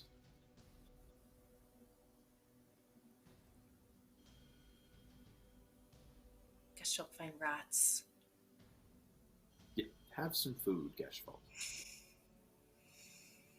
We will find out what water you're looking for. But it's always better to look on a full stomach. I believe you told me that. Then Gesvilk will find more rats. Gesvilk really wants rats. Have fun eating the rats. Maevryn, you want a free meal? Sure. Is Drachna in the area? I mean, we went back inside You're and off. ordered. So did Drachma come back in, or did Drachma stay outside with Ocean? And I think I'm still outside with Ocean, but the rat does sound pretty good.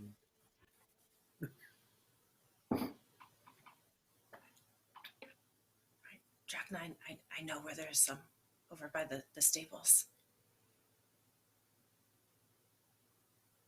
We got fresh rat.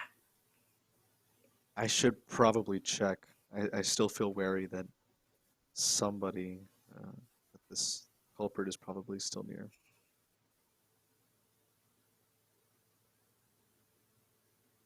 I don't know. Something's off about this place. Culprit. Sure.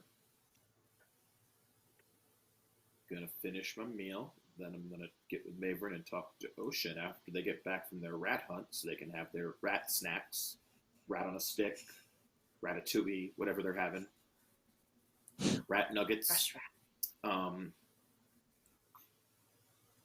Fresh rat. Yeah, that's how I like my rat. Super fresh. Mm-hmm. Yeah. But after they're done with their rat, Disgusting. I will gather So- the five of us together. I will gather the five of us together after they've had their rat. Maevryn and I have had our meal. We'll make sure Ocean gets fed. And then I will have Gesvilk, after eating the rats, explain to Ocean what they're looking for, rather than trying to play telephone. I feel that is the smartest path. I don't know. I think to whatever telephone's the water best way to move Gesvilk is forward. in. Nope. No, it's not. That's the way. Maevryn, Right. Maevryn stabs people when we play telephone. Maevryn stabs people when we play telephone. That's how people get We don't stabbed by want that. Maevryn. We don't want that. Not a lie. Stabs. Our friend is found. Why they're here isn't super clear, but Drachna, getting another look at Gesvilk, your suspicions are all but confirmed. This there's more than one affliction that Gesvilk is victim to, and if the second, not being corruption, is what you think it is, someone might still be a problem nearby.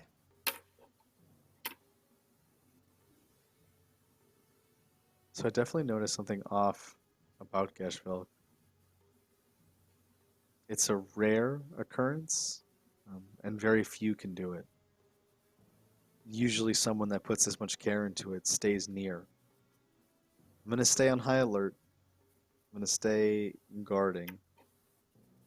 In fact, what I'd like to do is probably use Adept Shapeshift to turn into something inane and prop until something comes near. All right. What are we shapeshifting into? I'm trying to see exactly what Adept lets me Penguin. go as high. It's not the worst idea for a penguin. But I think I'm probably going to change into a rat based on the amount of rat discussion that we've been having. Okay, nope. I have no notes. You absolutely may do that. It couldn't backfire. It's all I can say. Perfect plan. A small, eatable, delicious. So Yeah. So, okay. Karlio? Maevryn, you're inside the inn still. Very well. Ocean, are you in? Sure. Yeah, I'll pop back in. After getting some roots. Okay. Yeah.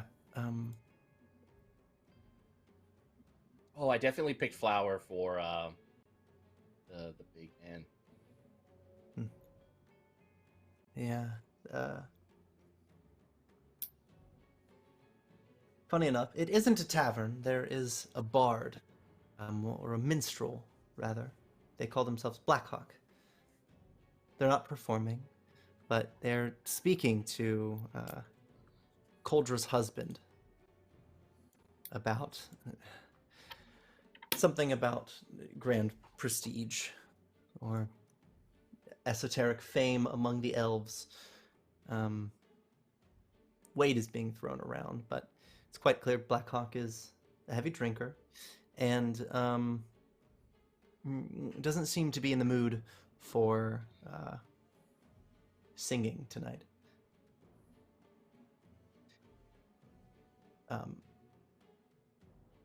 You do hear the gates open once more.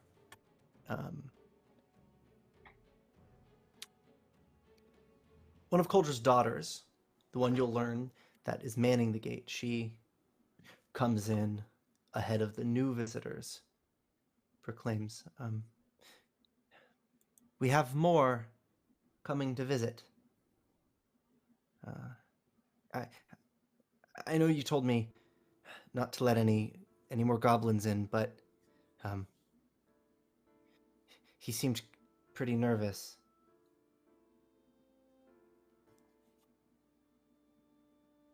Coldra seems frustrated immediately. Karlio, Maevryn, what do you do? Watch, it's not our business right now. Maevryn might go get involved, but it's not my business right now. Maevryn has that I'm a protagonist, I want to fix the day energy, so Right now, I think Maevryn is enjoying a roasted small potato. It is hearing the protestations of a bard that loves drink, and then a family that is having a rough time of it, and a mother looking to chastise a small girl. I could intervene, but that would involve stopping eating.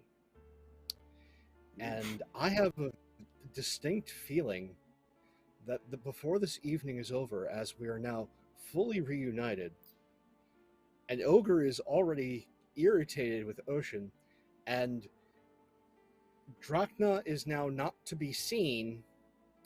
I'm either going to have to heal someone or stab someone before the night's out, so I'm going to finish my meal. So proud of Maevryn. He's becoming so pragmatic. So good. It's like he's growing up. I entirely blame the lot of you. Uh-huh. I order extra whatever sauce you want for your potato. I'm so very proud. No sauce. I love it. Sauce is something that can come back up.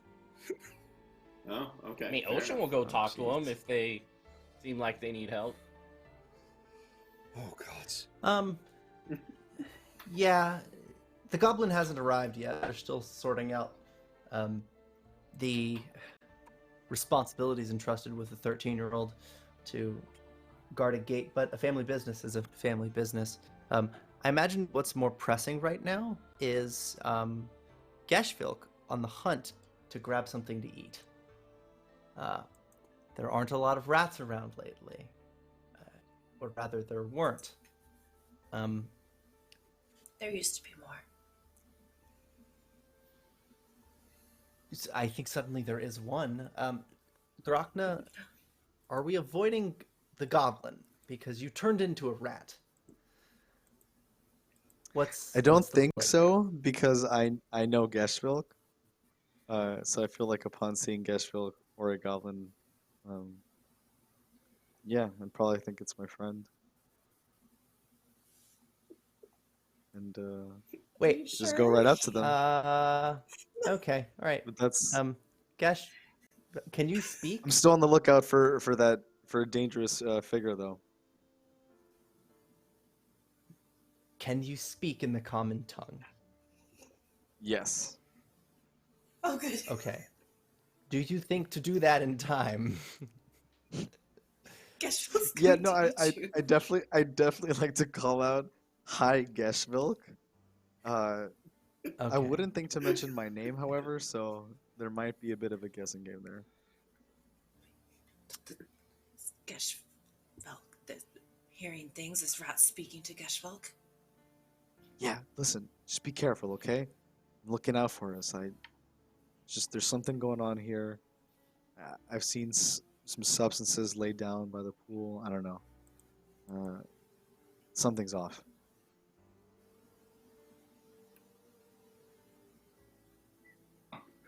So that's why I'm looking like this. And then like turn my head after like a crack in the bush, looking at every spot. I don't understand why Rat's speaking to Gesvilk. Just be cool. No, I know I haven't been sleeping and everything that's going on, but I still think that I eat you. This is real life right now. This is not a dream. But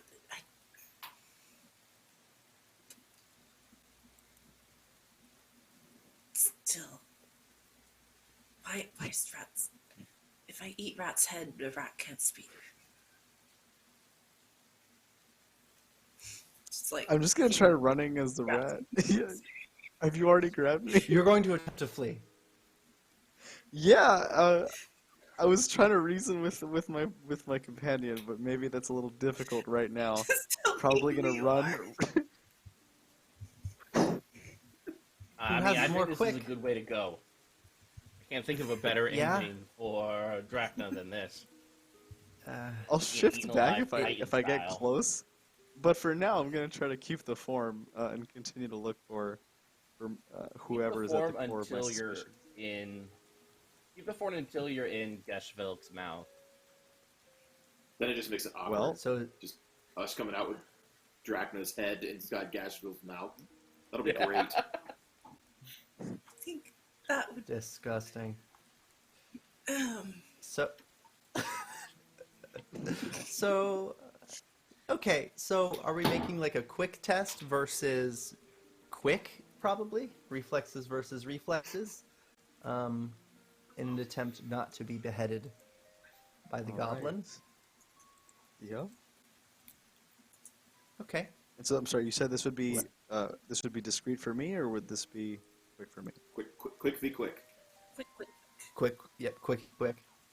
Okay, that's good.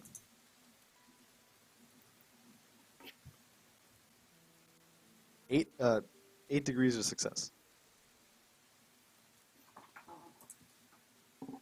8? Okay. Yeah, it's a 5 under 13. Yeah, you should be fine, unless Gesvilk is secretly something else entirely. You know you're getting away. What's your play immediately? Because as you're dashing along, the hewn logs before the entry to the palisade, just on the other side, there is a goblin striding through.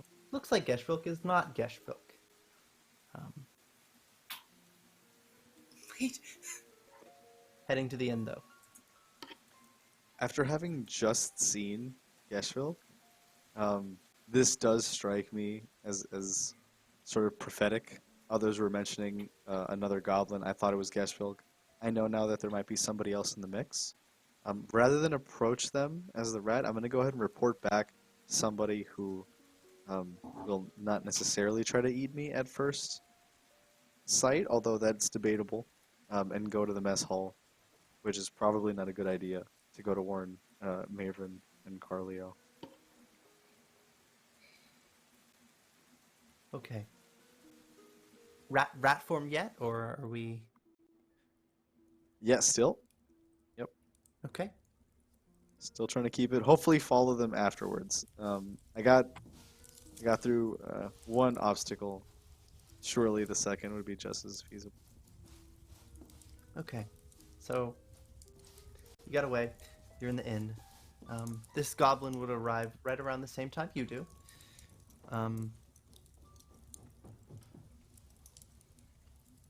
nervously sitting in a far corner.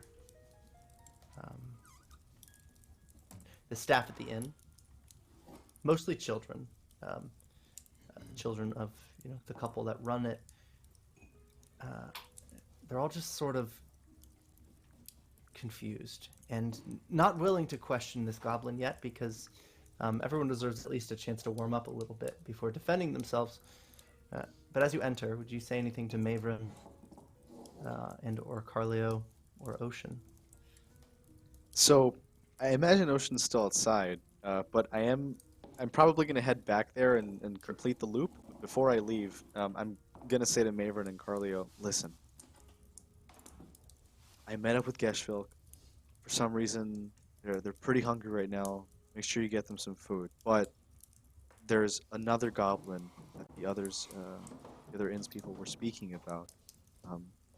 I look at And I Maevryn also and found some. interrupt because I want to make sure that the rat is talking. I look at Maevryn like this There's rat just is talking, this look- right? There's just this look. There is this solemn nod as Maevryn is now picking up the pace on getting through the roasted carrots. Like, it's no longer potato time. We need some vitamins because tonight's just we're taking a nosedive, and it's just. Is this part of your Nope. is this part of your animal control powers? Sure. Absolutely. Okay. Just So making good. sure. Yeah, once Just making again, sure. Karlio sees animals speaking and interacting very personally and intimately with Maevryn. Yeah, Yeah. listen, it's just be careful. Mhm. I've seen some weird substances around. People have reported this goblin. We should be a little wary. I'm gonna go back to Ocean and see what's up, and then I leave as quickly Cool. as I entered the scout. Also, let Drachna know what's going on. But you can't recognize me?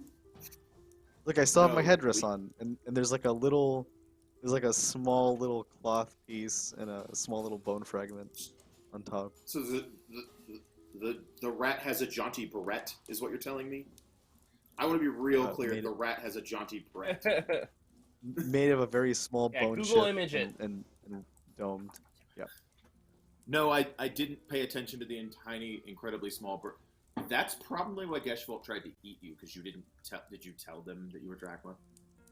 I just thought I looked the same. You don't look the same. The lighting is not good in here. Huh. Being in the forest for all those years, it just alone, you just Yeah, no. take on many forms and. No, and I As get this that. and that's conversation is cool. You should really just announce yourself to people. Be like, "Hi, this is Drachma and Ratful" for the rest of the group. It will cut down on all the things. I now also know that Maevryn can't be trusted because he lied to me about his ability to talk to animals, and I'm very hurt by that. I told you at It's- first it's it wasn't brutal. a thing, but you insisted, and so I just went along with it. Okay, And 'cause now I'm so it's no longer- incredibly- I'm such a force of personality that it's my fault. I see how it is. I contemplate. Carlio's a shapeshifter. I take heed Forgive of that. me. And I'm like, I should announce. I should announce myself, and then I take that You advice should. and keep walking. There is no longer using utensils. It is now just hands shoveling food down and quashing it with whatever water is there. Karlio eats at a steady pace. He has not gone into full prison mode like Maevryn has.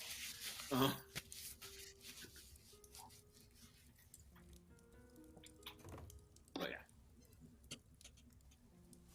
Alright, let Ocean know what's going Ocean? on. Thank you very much, Drachma.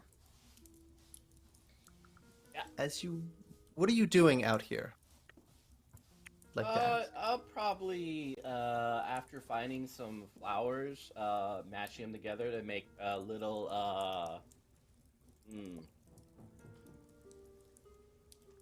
that's those little flower cakes with like maybe some melted butter in the middle.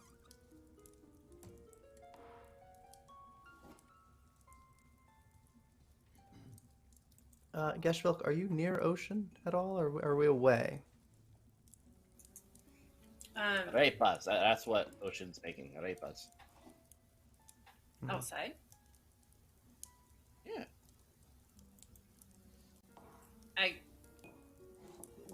Gesvilk is running around the yard looking for talking rat, but upon seeing Ocean, they sort of pause for a moment.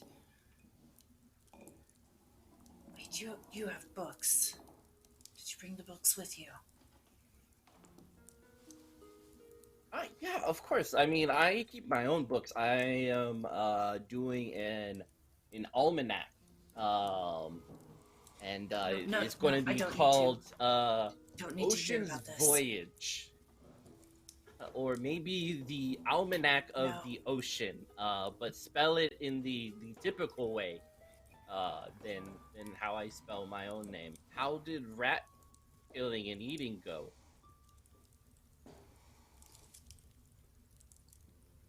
Are you okay? At some point, I show up, right? Sure. Like, I wonder when. No, look, Yeah, Drachna, it's this a is a whole, great time. It's a whole month's travel with the sunstone to get to where we're at. Get back over the mountain. Gesvilk is just Drachna, if you're taking the risk to be a rat near Gesvilk, you absolutely can.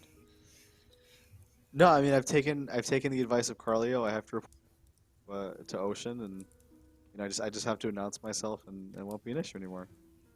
I get sure. there, and I'm right. I approach Ocean. I see Gesvilk. I'm like, Gesvilk, good to see you again. It's me. Rat. No, it's Drachna, not a rat. Okay, headdress, Yeah, fabric. no, that makes sense. It's me. You want a little bit of arepas? See, I would love So- one. For context, Drachna, Drachna you're changes near into wolf.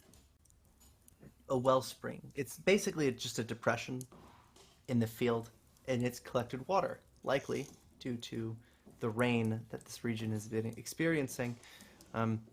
There sits like a mini monolith of wood that seems to be broken down, reduced mostly to ash. It's like it had been burned, or maybe it was a pyre of some sort. But it sits right by this water. I'm gonna get a twig and start taking measurements of Drachna in rat form. So Okay. I want to make a little, maybe like a sweater for this form sometime Are you later. going to skewer it with that stick? No, it's again, meant to take measurements me. for the sweater. I'm just Drachna. keeping this. I mean, because obviously it's Drachna. It looks like Drachna. if I change into a wolf, then I can't be the rat and maybe spy on whoever we need to spy on. I'm just staying like this in the meantime. But it's proving to be With the quite program, a lot Gesvilk. more dangerous than I thought. You're very behind. Why are we spying on people? Who are we spying on? Yeah. Well, So I don't understand the concept of this thing. It's a tavern, or is it not a tavern?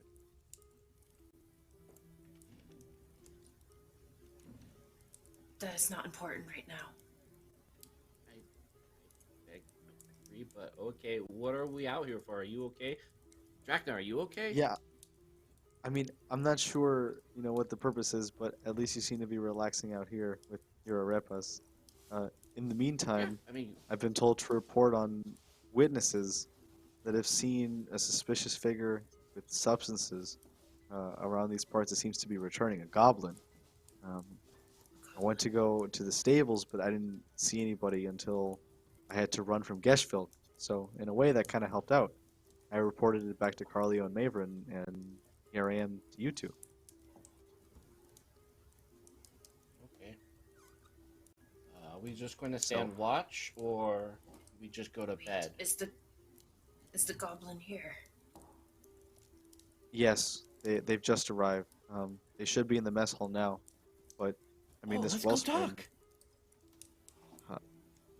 I will hop into the pocket of whomever.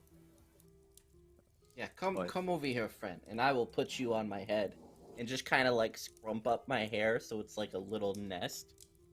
Just like, I will grab onto said hair because it is coming. We're gonna ratatouille this bitch. I was like, can I curse here? Is this full? I'm gonna drink from it, cause a little thirsty. Does it look clean enough to drink? Like 10% urine. Rainwater. As long as it's okay, good.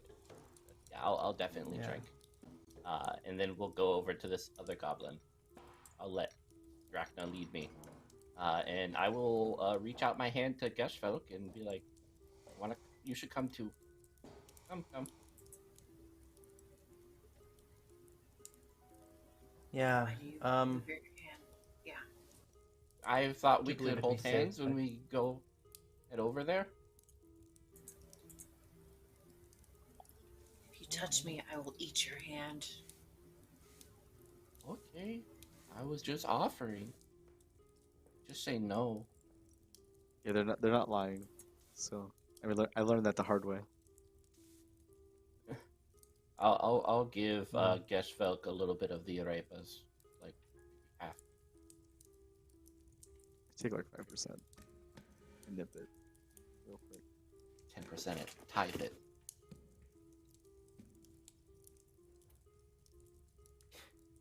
Inside the inn,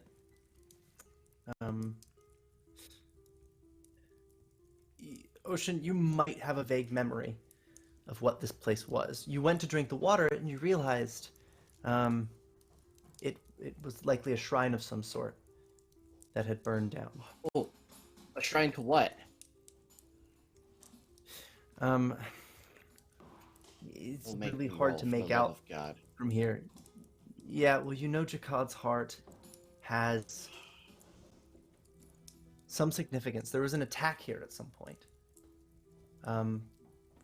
Robbers came in and they allegedly burned a shrine to the ground. But you don't remember anything else. This wasn't history, this was news, because it didn't happen that long ago in the grand scheme of things, only a few years back. Then at least like the tavern people should know, right? Yeah? Yeah, I'm gonna go. Well, first goblin, then tavern people. If I can't remember, then definitely. Let's do this. Come on, Gesvilk.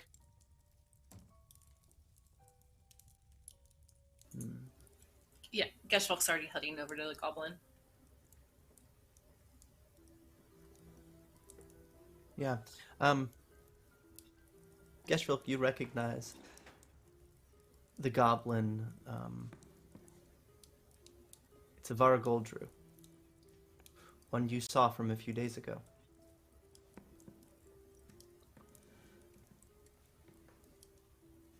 They rub sore palms together. They seem to be a bit ill. Itchy as they scratch their neck.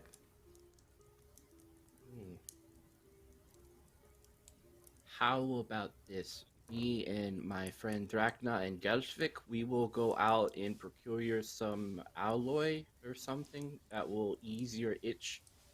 Maybe like baby powder, and we'll come back and then we talk. Sounds Gesvilk. Yes, don't listen to that one. He Gesvilk. talks way too much. Goblin. No, please listen to me this time. It's serious.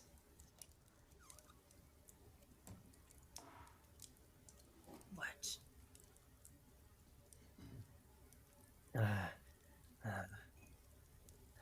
More threats. No, I know what you seek here. You're misguided.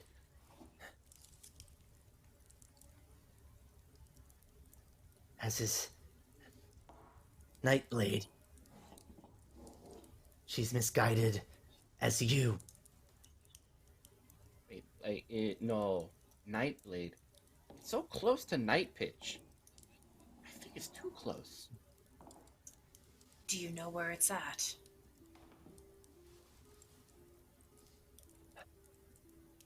It is not here. It was destroyed.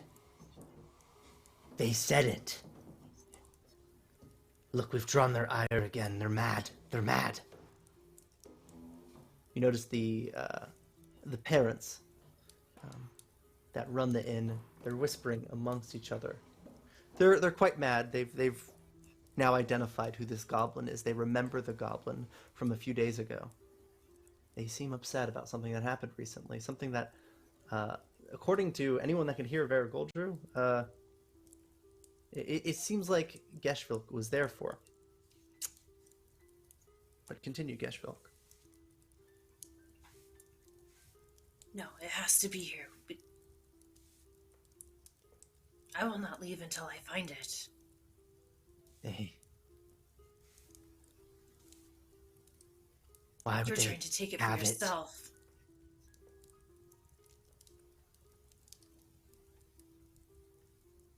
My heart isn't poisoned. Like yours. Like Nightblade's.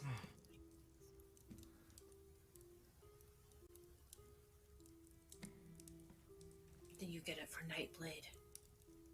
I know, now you sell it for coin.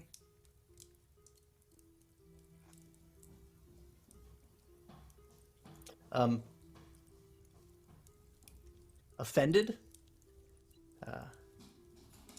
The goblin that you know to be Shuglud in name will stand furiously before just sort of clenching fists at his side. Like he wants to brawl. Maevryn, Karlio, Oisin, Drachna, you see this. Suddenly it's a little too tense to ignore. What do we do? But also secretly, I'm asking Maevryn, what do we do? Just to interrupt your Jump in the carrots. middle. Like, finish his plate, sees this goblin get up and ready for fisticuffs? Is that what I'm seeing? Yeah, ready to fist fight Gesvilk. There's just a heavy sigh.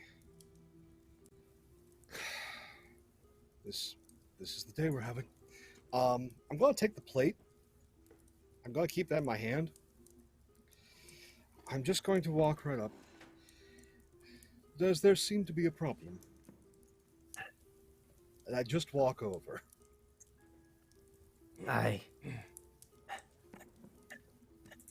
Gesvilk. Gesvilk will not help. Help I want with to what? help. Commander. Okay. Who's the commander? Nightblade. Okay. Your friend was there. Your That's friend will not nice. speak, but we are controlled by a poison maker, and I snuck away. But you are here. They're Okay. drugging us.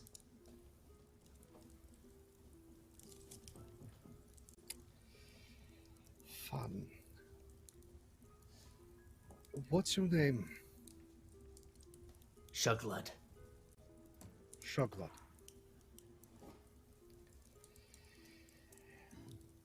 I am guessing Nightblade has need for something or someone that is here. Are they after you specifically? Is there something about this place that they want?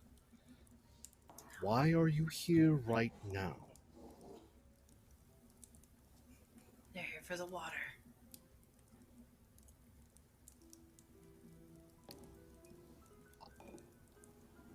I am confused. The water is refreshing, but not that refreshing.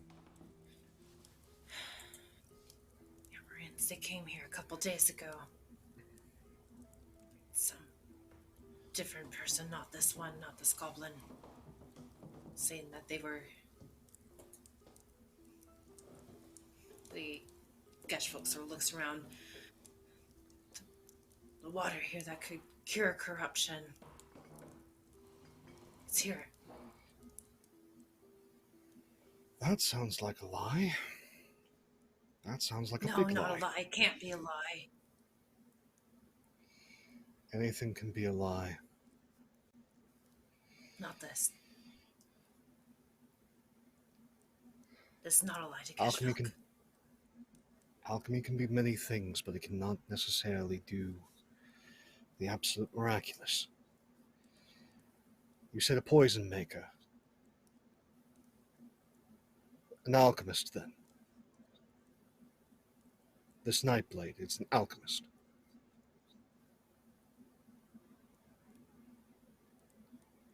Shuglug, doesn't make- speak up. No, they work with Ashfaru. Ashfaru, Ashfaru's an alchemist. a My witch. little red ears perk up. At the Drachna sounds seems of to witch take in notice. This part. Yeah, definitely will remember that.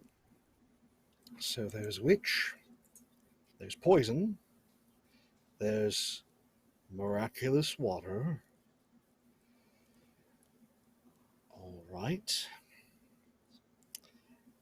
I have a distinctive feeling coming from the back of my neck that the mentioned parties are going to make themselves felt one way or another sooner than later, and just looks up at the rest of the people in this inn.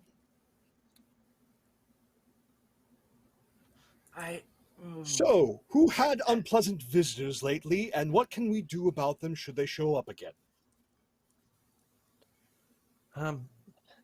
So this gets confusing because everybody essentially tries to talk at the same time. Coldra? One at a Couldra's husband. time, please! It's like Zoom. It's a Zoom call. Yeah, because it's Mangold the servant, Blackhawk the minstrel, Coldra, half of Coldra's family, Shuglug. When you silence them, who do you elect to speak? I Just actually point at the Karlio woman stands in up at this charge. point in time. Karlio stands up, hands the woman an What? arrow, and goes, "This is the talking arrow."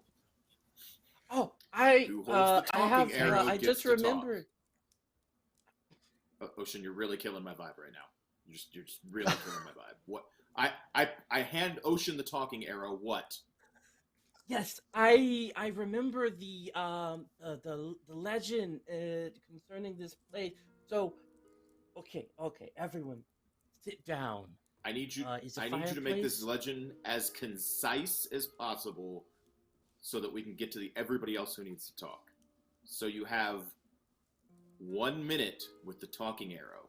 Okay, Starting now. the place just north of the Titans, where according to Queen Corinthia found holy water suits just as well, but so if the shine was probably bound by robbers instead of by elves. Also, the goblins of Nightblade are probably human robbers and said its location is a good choice, just in general. And the place had a blessed wellspring adored, and an elf killed the original founder. Good job. Thank you. That was Back to the excellent. It's back to the elf. I- It I- implicates we the should elf. Throw the excellent. arrow I at take someone. the talking arrow and hand it to the lady in charge.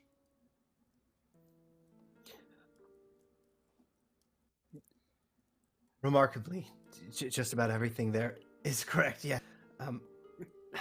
Yes, I knew it. It was in my book. I just read it the other day. I am happy it came to fruition. I think it was the drinking of the water.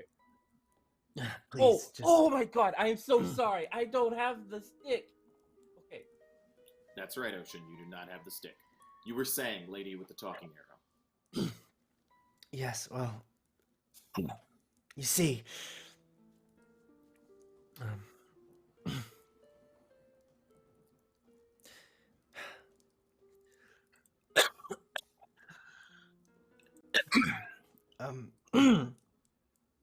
excuse me. Oh, one second. She's clearly dying of corruption. We need to put her down quickly. Yeah, give it back to Ocean. I gotta clear my throat. I'll be back. Put her in the wellspring. Okay. So, was there any questions concerning what I just exposited? So, magic water. I mean, it's a blessed wellspring. I think an elf was killed, one of the original founders.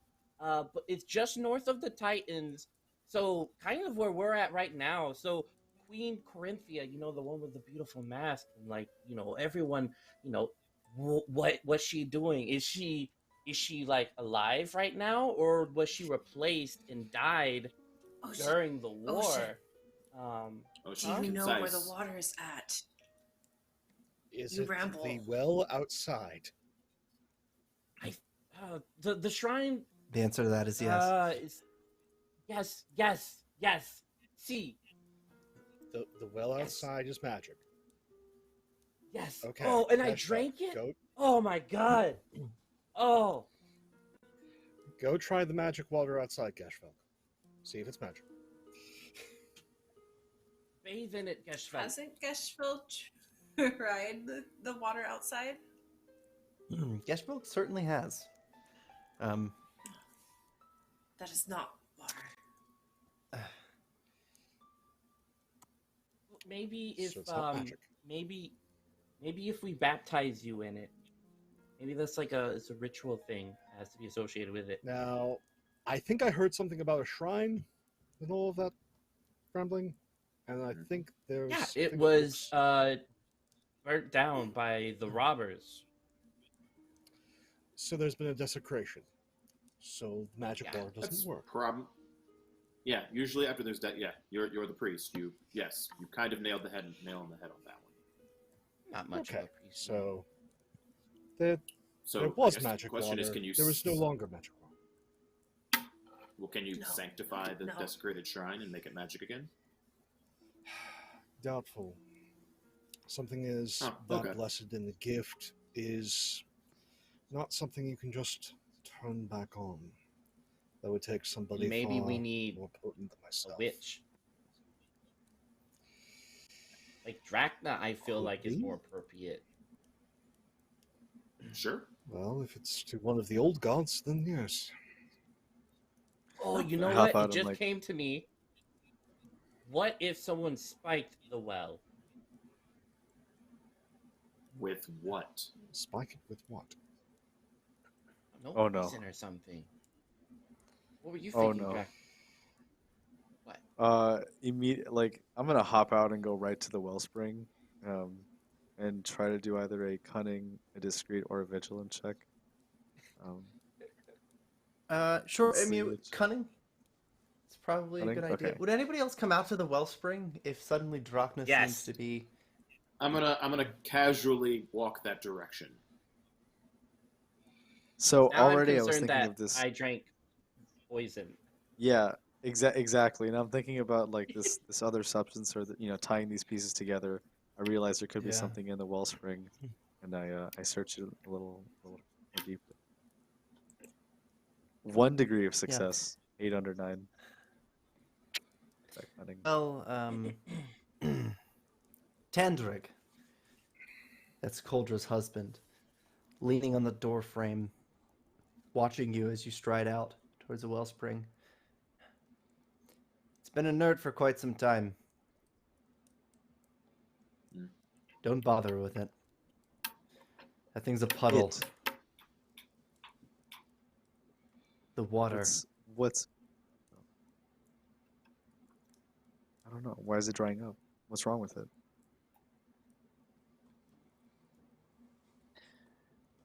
It's not what it once was. Isn't that enough for you? No, Well, I think we I'm should a be more rat. scientific than that. Yeah, there has to be some other explanation. But look at me. I mean, you don't think more fantastical things can happen or be reversed when I'm literally a rat in front of you, speaking to you in the common tongue? These are strange times, but when that shrine burned down this spring, it lost its light.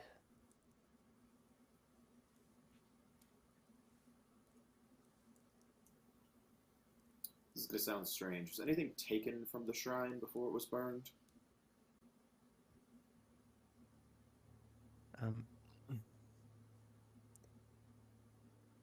Blackhawk. Turn the to the legend. It was a life taken. An arrow piercing Jacket's heart. One that's thing what I led said. to another.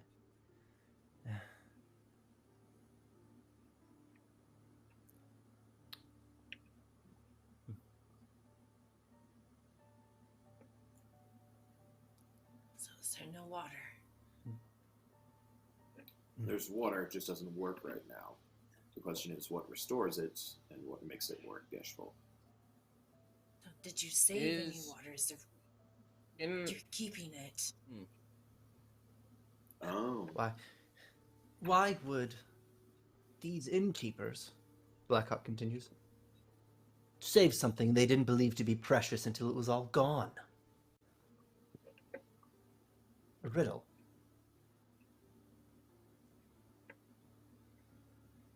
You're trying to confuse Gesvilk.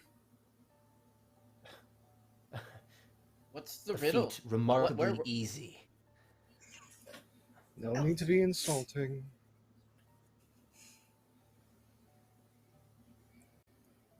Anyway, I am less concerned about the water, tragedy that it is, and more concerned with poisoners and the conspirators and having a bunch of goblins under their thrall. And one who has slipped the noose is here. And there's children and innocent people here. And I have a distinctive feeling, because of our merry band being reassembled, that something dire is going to happen.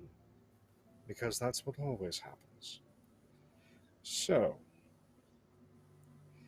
what weapons do you have about your house and home?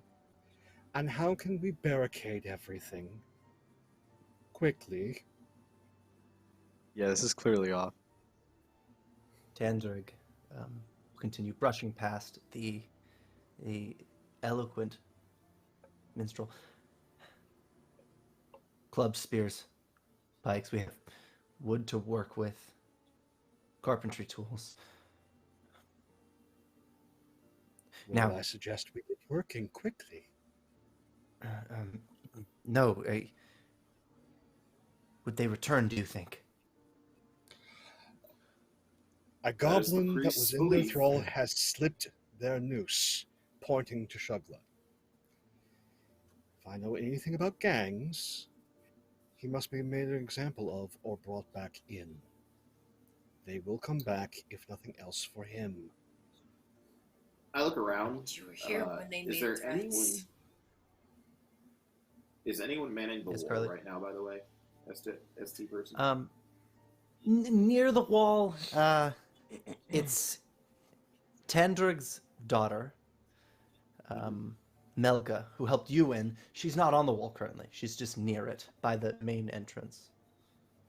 Milling I about. look to her and have her show me from the position she was in, and just kind of sit there and take it. Take my bow out, lay out some arrows, and just hang out up there for a little while. Fantastic. That's a great idea. She'll show you, and then she'll actually point out some common footpaths that break the road that leads you eventually to the road to Yndaros. But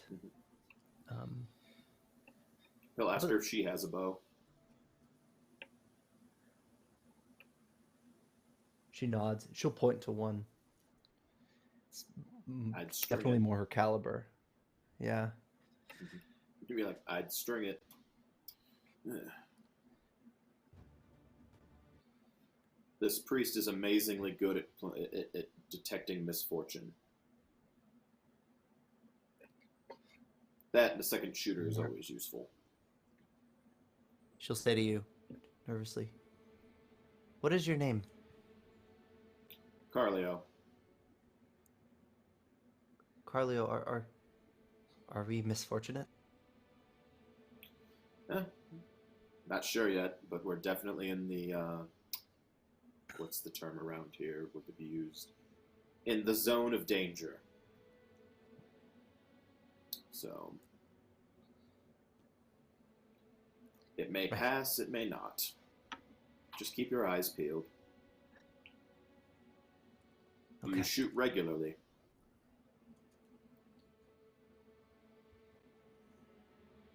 Targets? Make sure to lead, breathe steady, release on the exhale. Who would we shoot? Possibly bandits.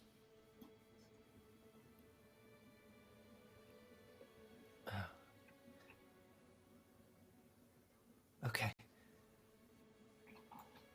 Looks nervous. Dear prophet of misfortune, Maevryn, what do we do? It looks like we're escalating in planning. At this point, it's the quick question to the adults is, what beasts of burden do you have? Or not at all?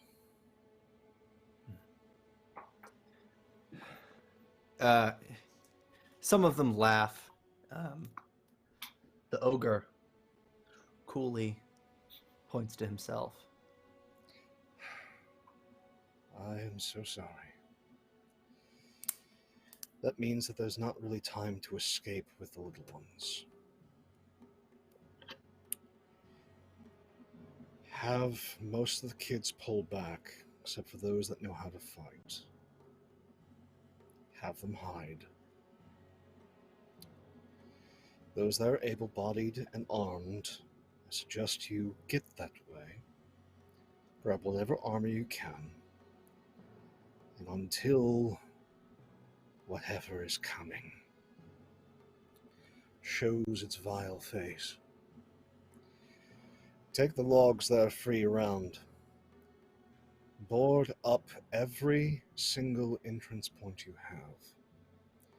Also, if you have any pitch to repair a roof, we're going to use it. Get pots. We're going to heat it up.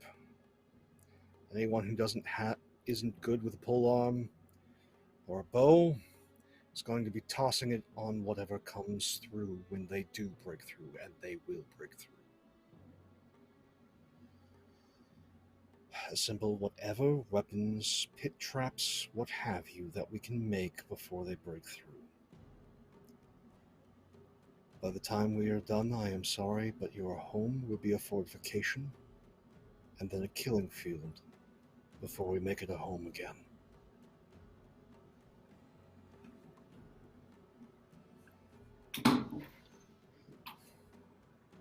There's a look of dread and morbid terror on the faces of these parents. But they understand that this isn't the time to negotiate with the things that they're uncomfortable about, rather the time to act. You do look and you see Karlio has already begun to do his part, which is try to take care of these things before they even get close enough to do the things that deserve a little bit of hot pitch. But I want to ask, Drachna, you know a little bit about some of the threats that is coming, and I want to ask, in our final moments tonight, what do you plan on doing in preparation of this? There has to be something I can do to prepare resistance to toxins that we might face, based on the information that I've already learned. I'm sort of looking for an inoculation method. If there's anything to sort of expose myself, get some resistance, and kind of prepare us medically for it. So I would be thinking that might be... We should wear masks. Well, you do see Mangold is in the garden. Seems to be his job to tend to anything in there. If there are herbs on this side of the palisade, which I imagine you absolutely want to stay on, they would be in the garden. But beyond that, it's very slim pickings here.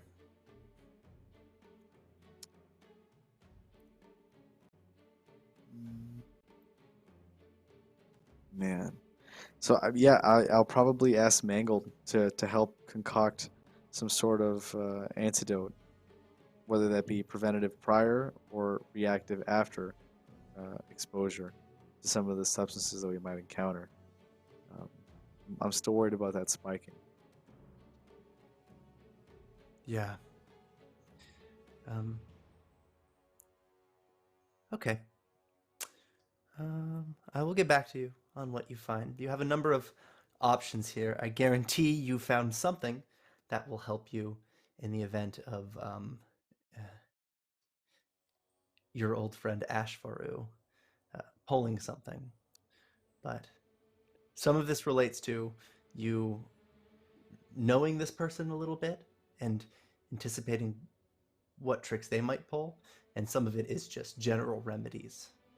But Mangold will work with you and help procure whatever you need, pulling roots, cooking things, before moving to get pitch. I can only hope my elixirs sustain me and the others. Yeah. Ocean, What up? you have some time here.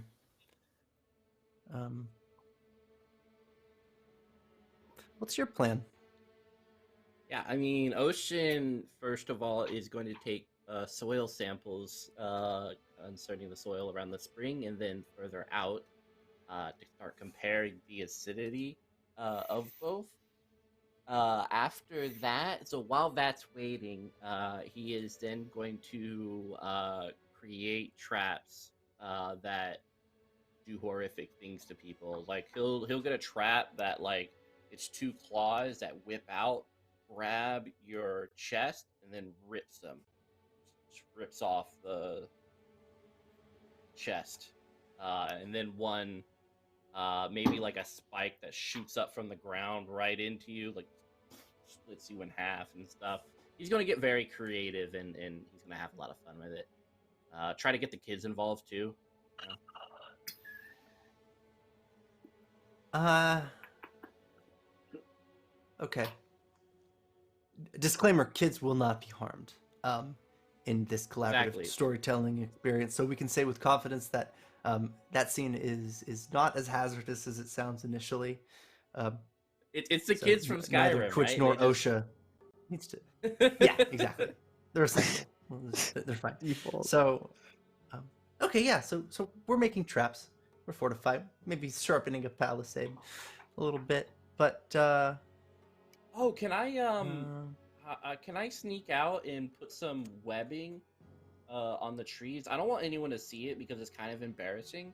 But I would like to put like webs in the tree line and down, so it looks like some sort of large drider of something has kind of trapped us in its like home. yes, I'm almost certain Karlio will see this happen, though. As Which he is one's Sentinel, Karlio? the one watching you. I can't do it in front of him. I can't. It's just no. I won't do it. I don't want him to watch Okay. me doing it. It's embarrassing. Karlio, Ocean goes I tell out, him I'm going. sees you're seeing him, and comes back in. I'm like, can I try to pee? Will he still watch if I'm peeing? I mean, he'll watch the So, area. He won't look directly out you, look at you when you're peeing, but he'll look around. Because the last thing he wants is Ocean to die while he's taking a piss. I'm a shy Weber. He's a shy Weber. So yeah, he'll try to eke out a little bit of pee, but after realizing that eyes are always gazing upon him, he won't be able to web. He's just not secure enough. So he'll just go back to having the kids make death traps. Okay. Yeah. But let's see. I think that accounts for everyone except for Gesvilk. Gesvilk, you're in the same place that Nightblade is. You want something here, and it doesn't seem to be here. However, you're in a bit of a pickle. What do you do? I feel like Gesvilk is slowly realizing that this water might not be real. They've lived with the corruption this long. The elves don't seem to be an issue right now, so maybe it will be fine. Shaglug is still here, though, right?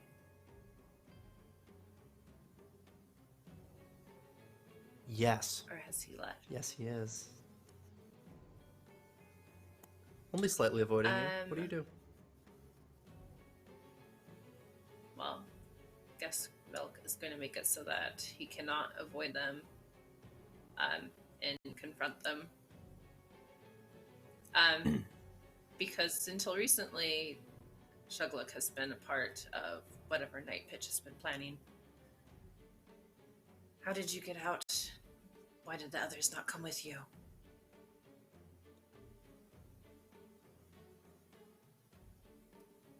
If you would like to make a cunning for me.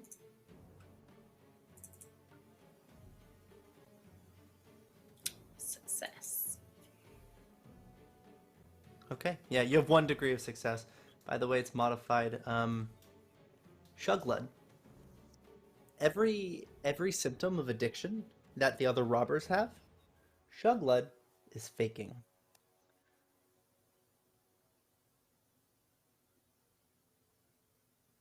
Come this way.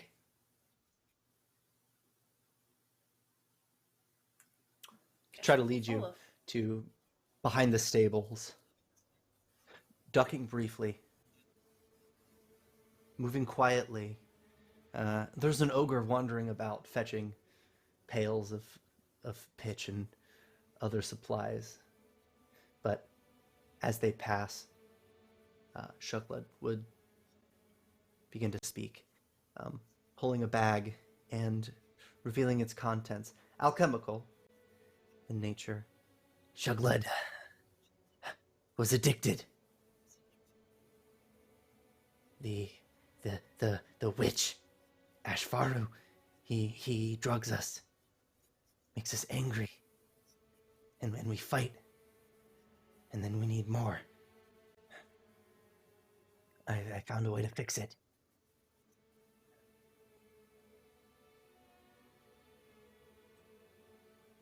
A small vial. They give us wild chew. And we crave and we lose sleep because we think of the wild chew. And we need more. But this fixes it. Ashfaru makes it. He shows you a small vial of like a weird blue liquid.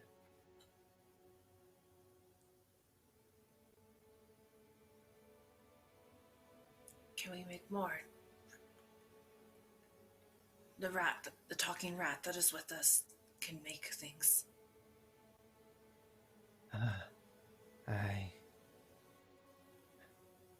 I don't know how. The cauldron, it's for a witch. I'm no witch. I'm just a slave.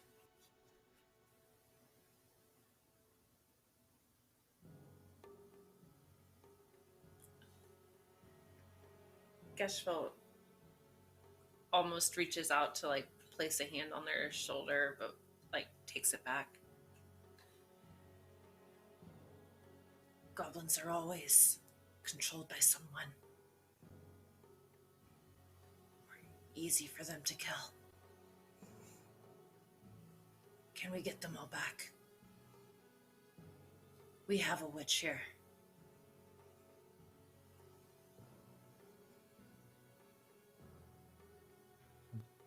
Or we go kill their witch.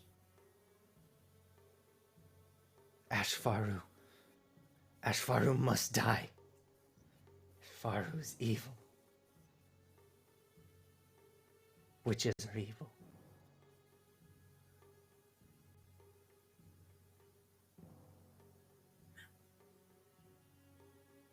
Everyone is evil. Some of the time.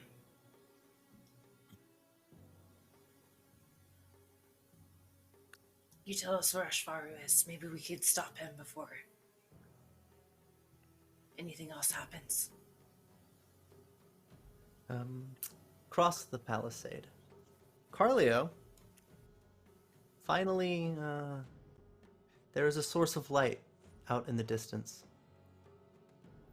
The cloudy sky, pitch black, but now there's a faint light. People moving towards the inn. From the road, eventually, about 200 yards away, they seem to stop. At least 24 people beginning to rally. What do you do? I turn around and let everybody know they're here.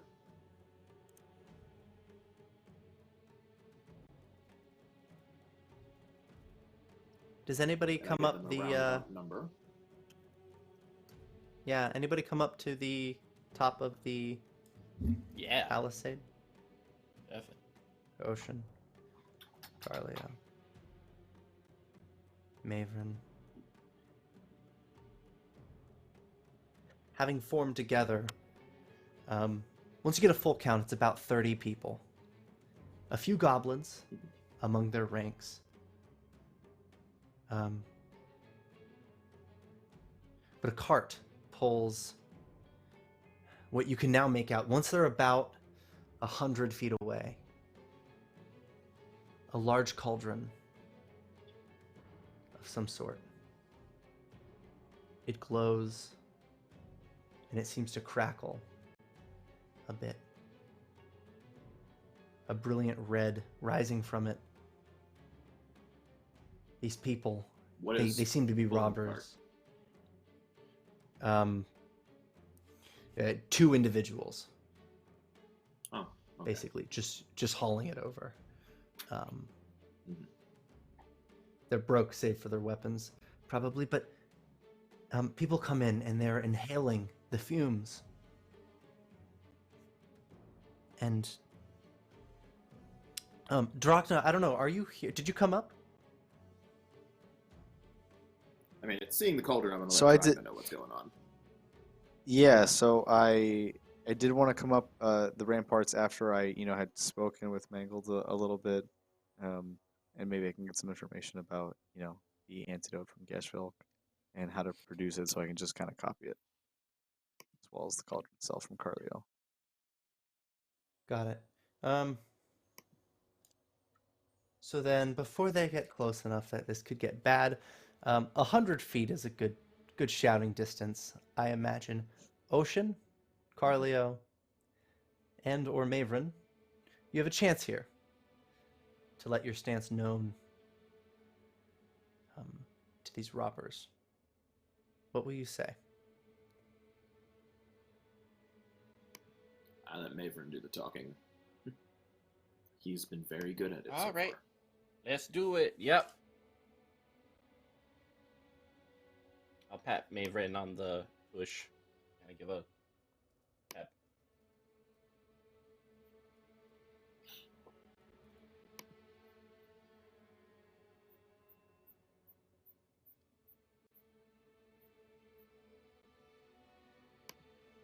Good evening. Whatever it is you're looking for is not here. Fight, divine water, what have you. This is just a place with simple folk trying to live simple lives. If you do not understand or comprehend this, and if it is a fight that you do wish, know that you will die terribly. We do not want you to issue violence. What say you?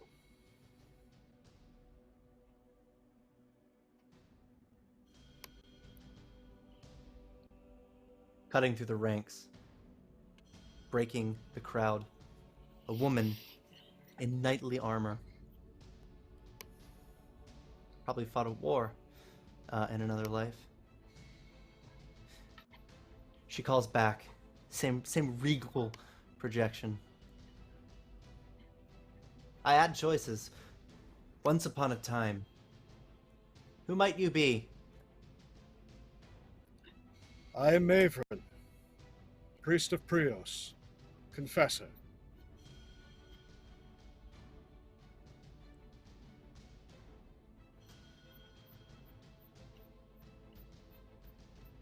I'm Nightblade. It's all that matters, and I've been lied to.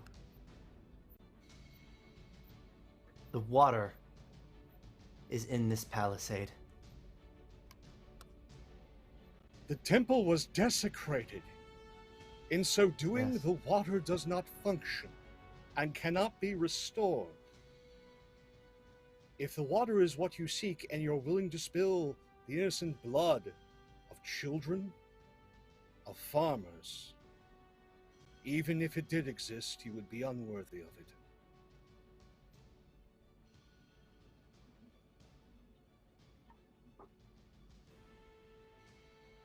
Slowly she draws a sickly, darkened blade. You have a chance to open this gate right now. And you have a chance to run. I'm releasing the fire spirit. Now. Oh, all right. So, okay. So, that's where we're gonna end off. Actually, Maevryn pulls the sunstone out, and that's where we hit to be continued. Wow, wow. Okay, absolutely wasn't expecting that. Well done. We will continue next Monday with Blight Night 2, Eclectic Boogaloo. But why don't we go ahead and start our little outros, because it's just about midnight here. Starting with Sam. Hello. I am Sam, ScribblingPenny. Played Gesvilk tonight. I love how we take these one shots and make them go on longer than they need to, because it's fantastic, because they do need to go on this long. You can catch me next. Yeah. Ooh, probably next Sunday. I have no shows going on this week. Playing Age of Ashes with.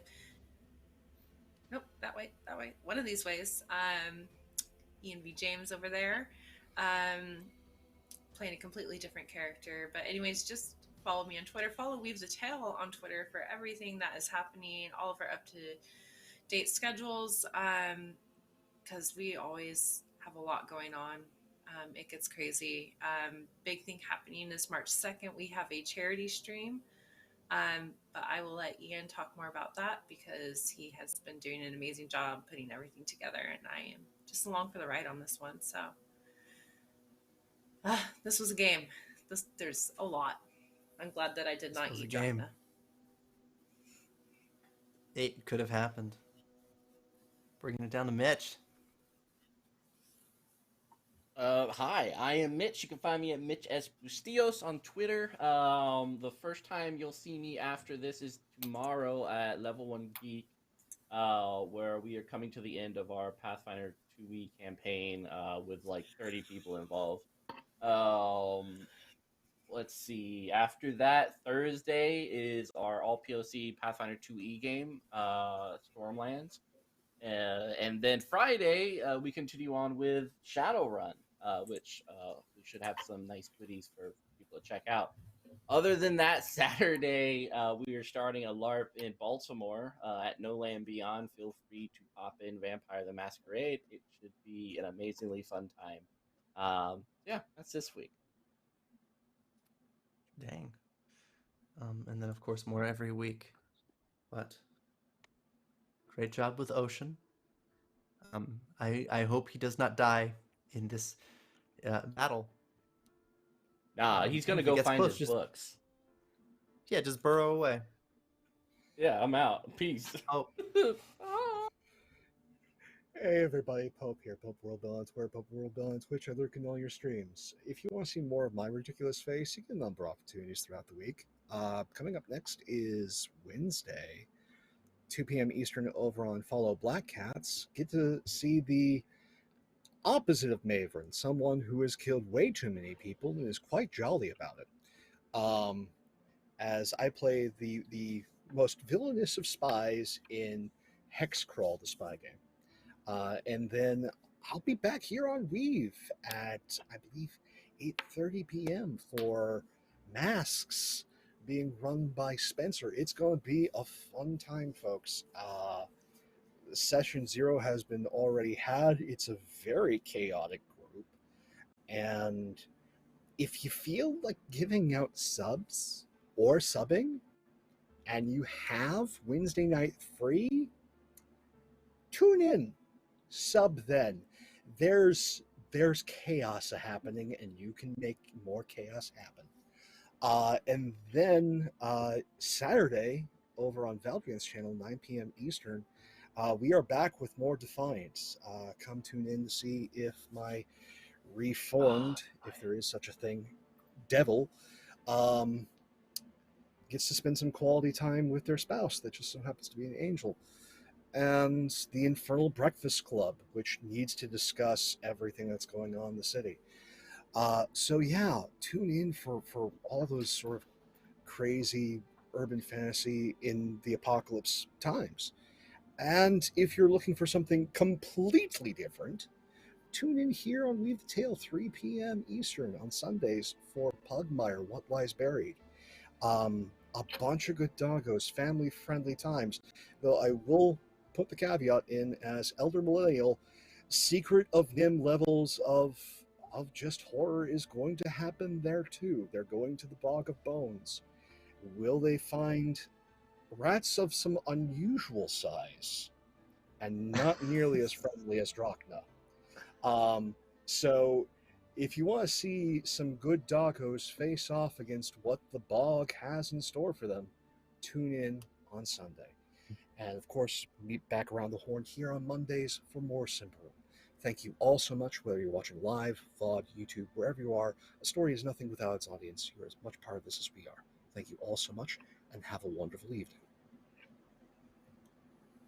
so sweet. Also, the main character moment of pulling out the nuclear option that I legitimately it would have been the last thing I expected. So that's probably my star for the night. But I'm gonna take it over because Drachna's got something cooking when it comes to an old enemy, it seems. Yes, I'm preparing for the return of Ishvaru and fighting off against that. But yes, I did play a wonderful rat today. Hi, everybody. My name is Anthony. You can find me in the Twitterverse at Prainntheplague up here. I have a wonderful time playing Drachna in Symbaroum here on Mondays. First time that you can see me after tonight is actually going to be along with Pope in that Masks game run by Spencer. It's going to be the first time I'm playing Masks. And spoiler alert, I am playing one half of a Wonder Twins pair. I cannot wait to play that one half of the Wonder Twins pair. It's going to be so much fun already. Yeah, the Session 0 was super great, and we've all talked about the characters already. So that's going to be a lot of fun. And then on Friday, coming back for Blue Rose after a 1-week hiatus, and just chugging along with West Marches for Blue Rose. New group, it's going to be a great time. Always looking forward to what Blue Rose has to offer. Come tune in for queer and trans positive stories with the default assumption being queer and trans. So please come check it out. It's a great time. Really having fun playing with some in Symbaroum. Yeah, it's a lot happened tonight, and a lot more will happen pretty soon. It is, I mean, yeah, it is plot to the brim. A lot of unexpected things, namely Karlio being very empathetic and just kind. That was the one where I was just like, no offense to Karlio. When was he kind? To Gesvilk. I missed And that this. the What best was it? part is that I don't know if it's Karlio It's Gesvilk. denying being kind or Paul denying being kind. But No. that was very nice to Gesvilk to be like, we're going to get you food that's made out of food. Yeah. That's because Gesvilk is my friend. I actually like Gesvilk. Gesvilk is my friend. It's part of their story where like he gets angry at people that are like, screw that, goblin. I'm like, well then I'll guess I'll have to poke your eye out with this stick. It's sharp and pointy. From a range. Yeah. Hi everybody, I'm Paul. You can find me at PaulMarchant6 on Twitter. You can see me here in 20 hours. Less than 20 hours. There'll be Shadowrun. With my Gal Pals gang, because my whole team is Gal Pals. Running around just gals being pals. They are, if you have not tuned into our first session, they are lost in the jungles of Aslan. And it'll be a very interesting telling tale about what they do during their next phase. They have ignored every single plot thread and decided to just run as fast and as hard as they can away from things. So we'll see if the trend continues. You can also find me on Response Team Omnicron, a podcast done by some other lovely people. Go do it. It's a Lancer actual play podcast where we actually play Lancer. And it's getting good reviews, and I think we're up for over 1,000 downloads now, so people should keep downloading it because it's awesome. Yeah, you are. And it's good stuff. You broke 1,000. It's good stuff. If you're not listening, you should be. There's lots and lots of drama and explosions and drama. Mostly drama followed by explosions. Not explosions of drama. Let's be clear about that. But yeah, super fun time, and I will see everybody in 20 hours. Don't not come back. Yes. Yeah, literally just stay here until the next stream. Just literally stick around. Don't sleep. Please sleep. I mean, leave your computers open, but you can sleep. These two things are not, like, you can sleep and leave the stream open. Yeah, that is true. That's I keep this Twitch open 24/7. And viewers, if the outros haven't made it obvious, I am the most fortunate in that I have a cast of players here for the beginning of the week on the channel that all contribute to the channel via many one-shots, community management, or running a show in the season. So if you liked any of their RPing, there's a really good chance that this is a blend of content you're going to enjoy if you're not following Weave the Tale. If you're watching from a VOD, absolutely consider subscribing, going to our Twitch, climbing the link tree, and seeing what you find, because we're active in all the things that we'll send you a link to. But for what it's worth, this has been the show. We will pick up next week with Blight Night Part 2 as we deal with about 30 robbers and some artifacts being used to do very, very drastic things that I have not prepped for. So thank you so much for watching, and good night.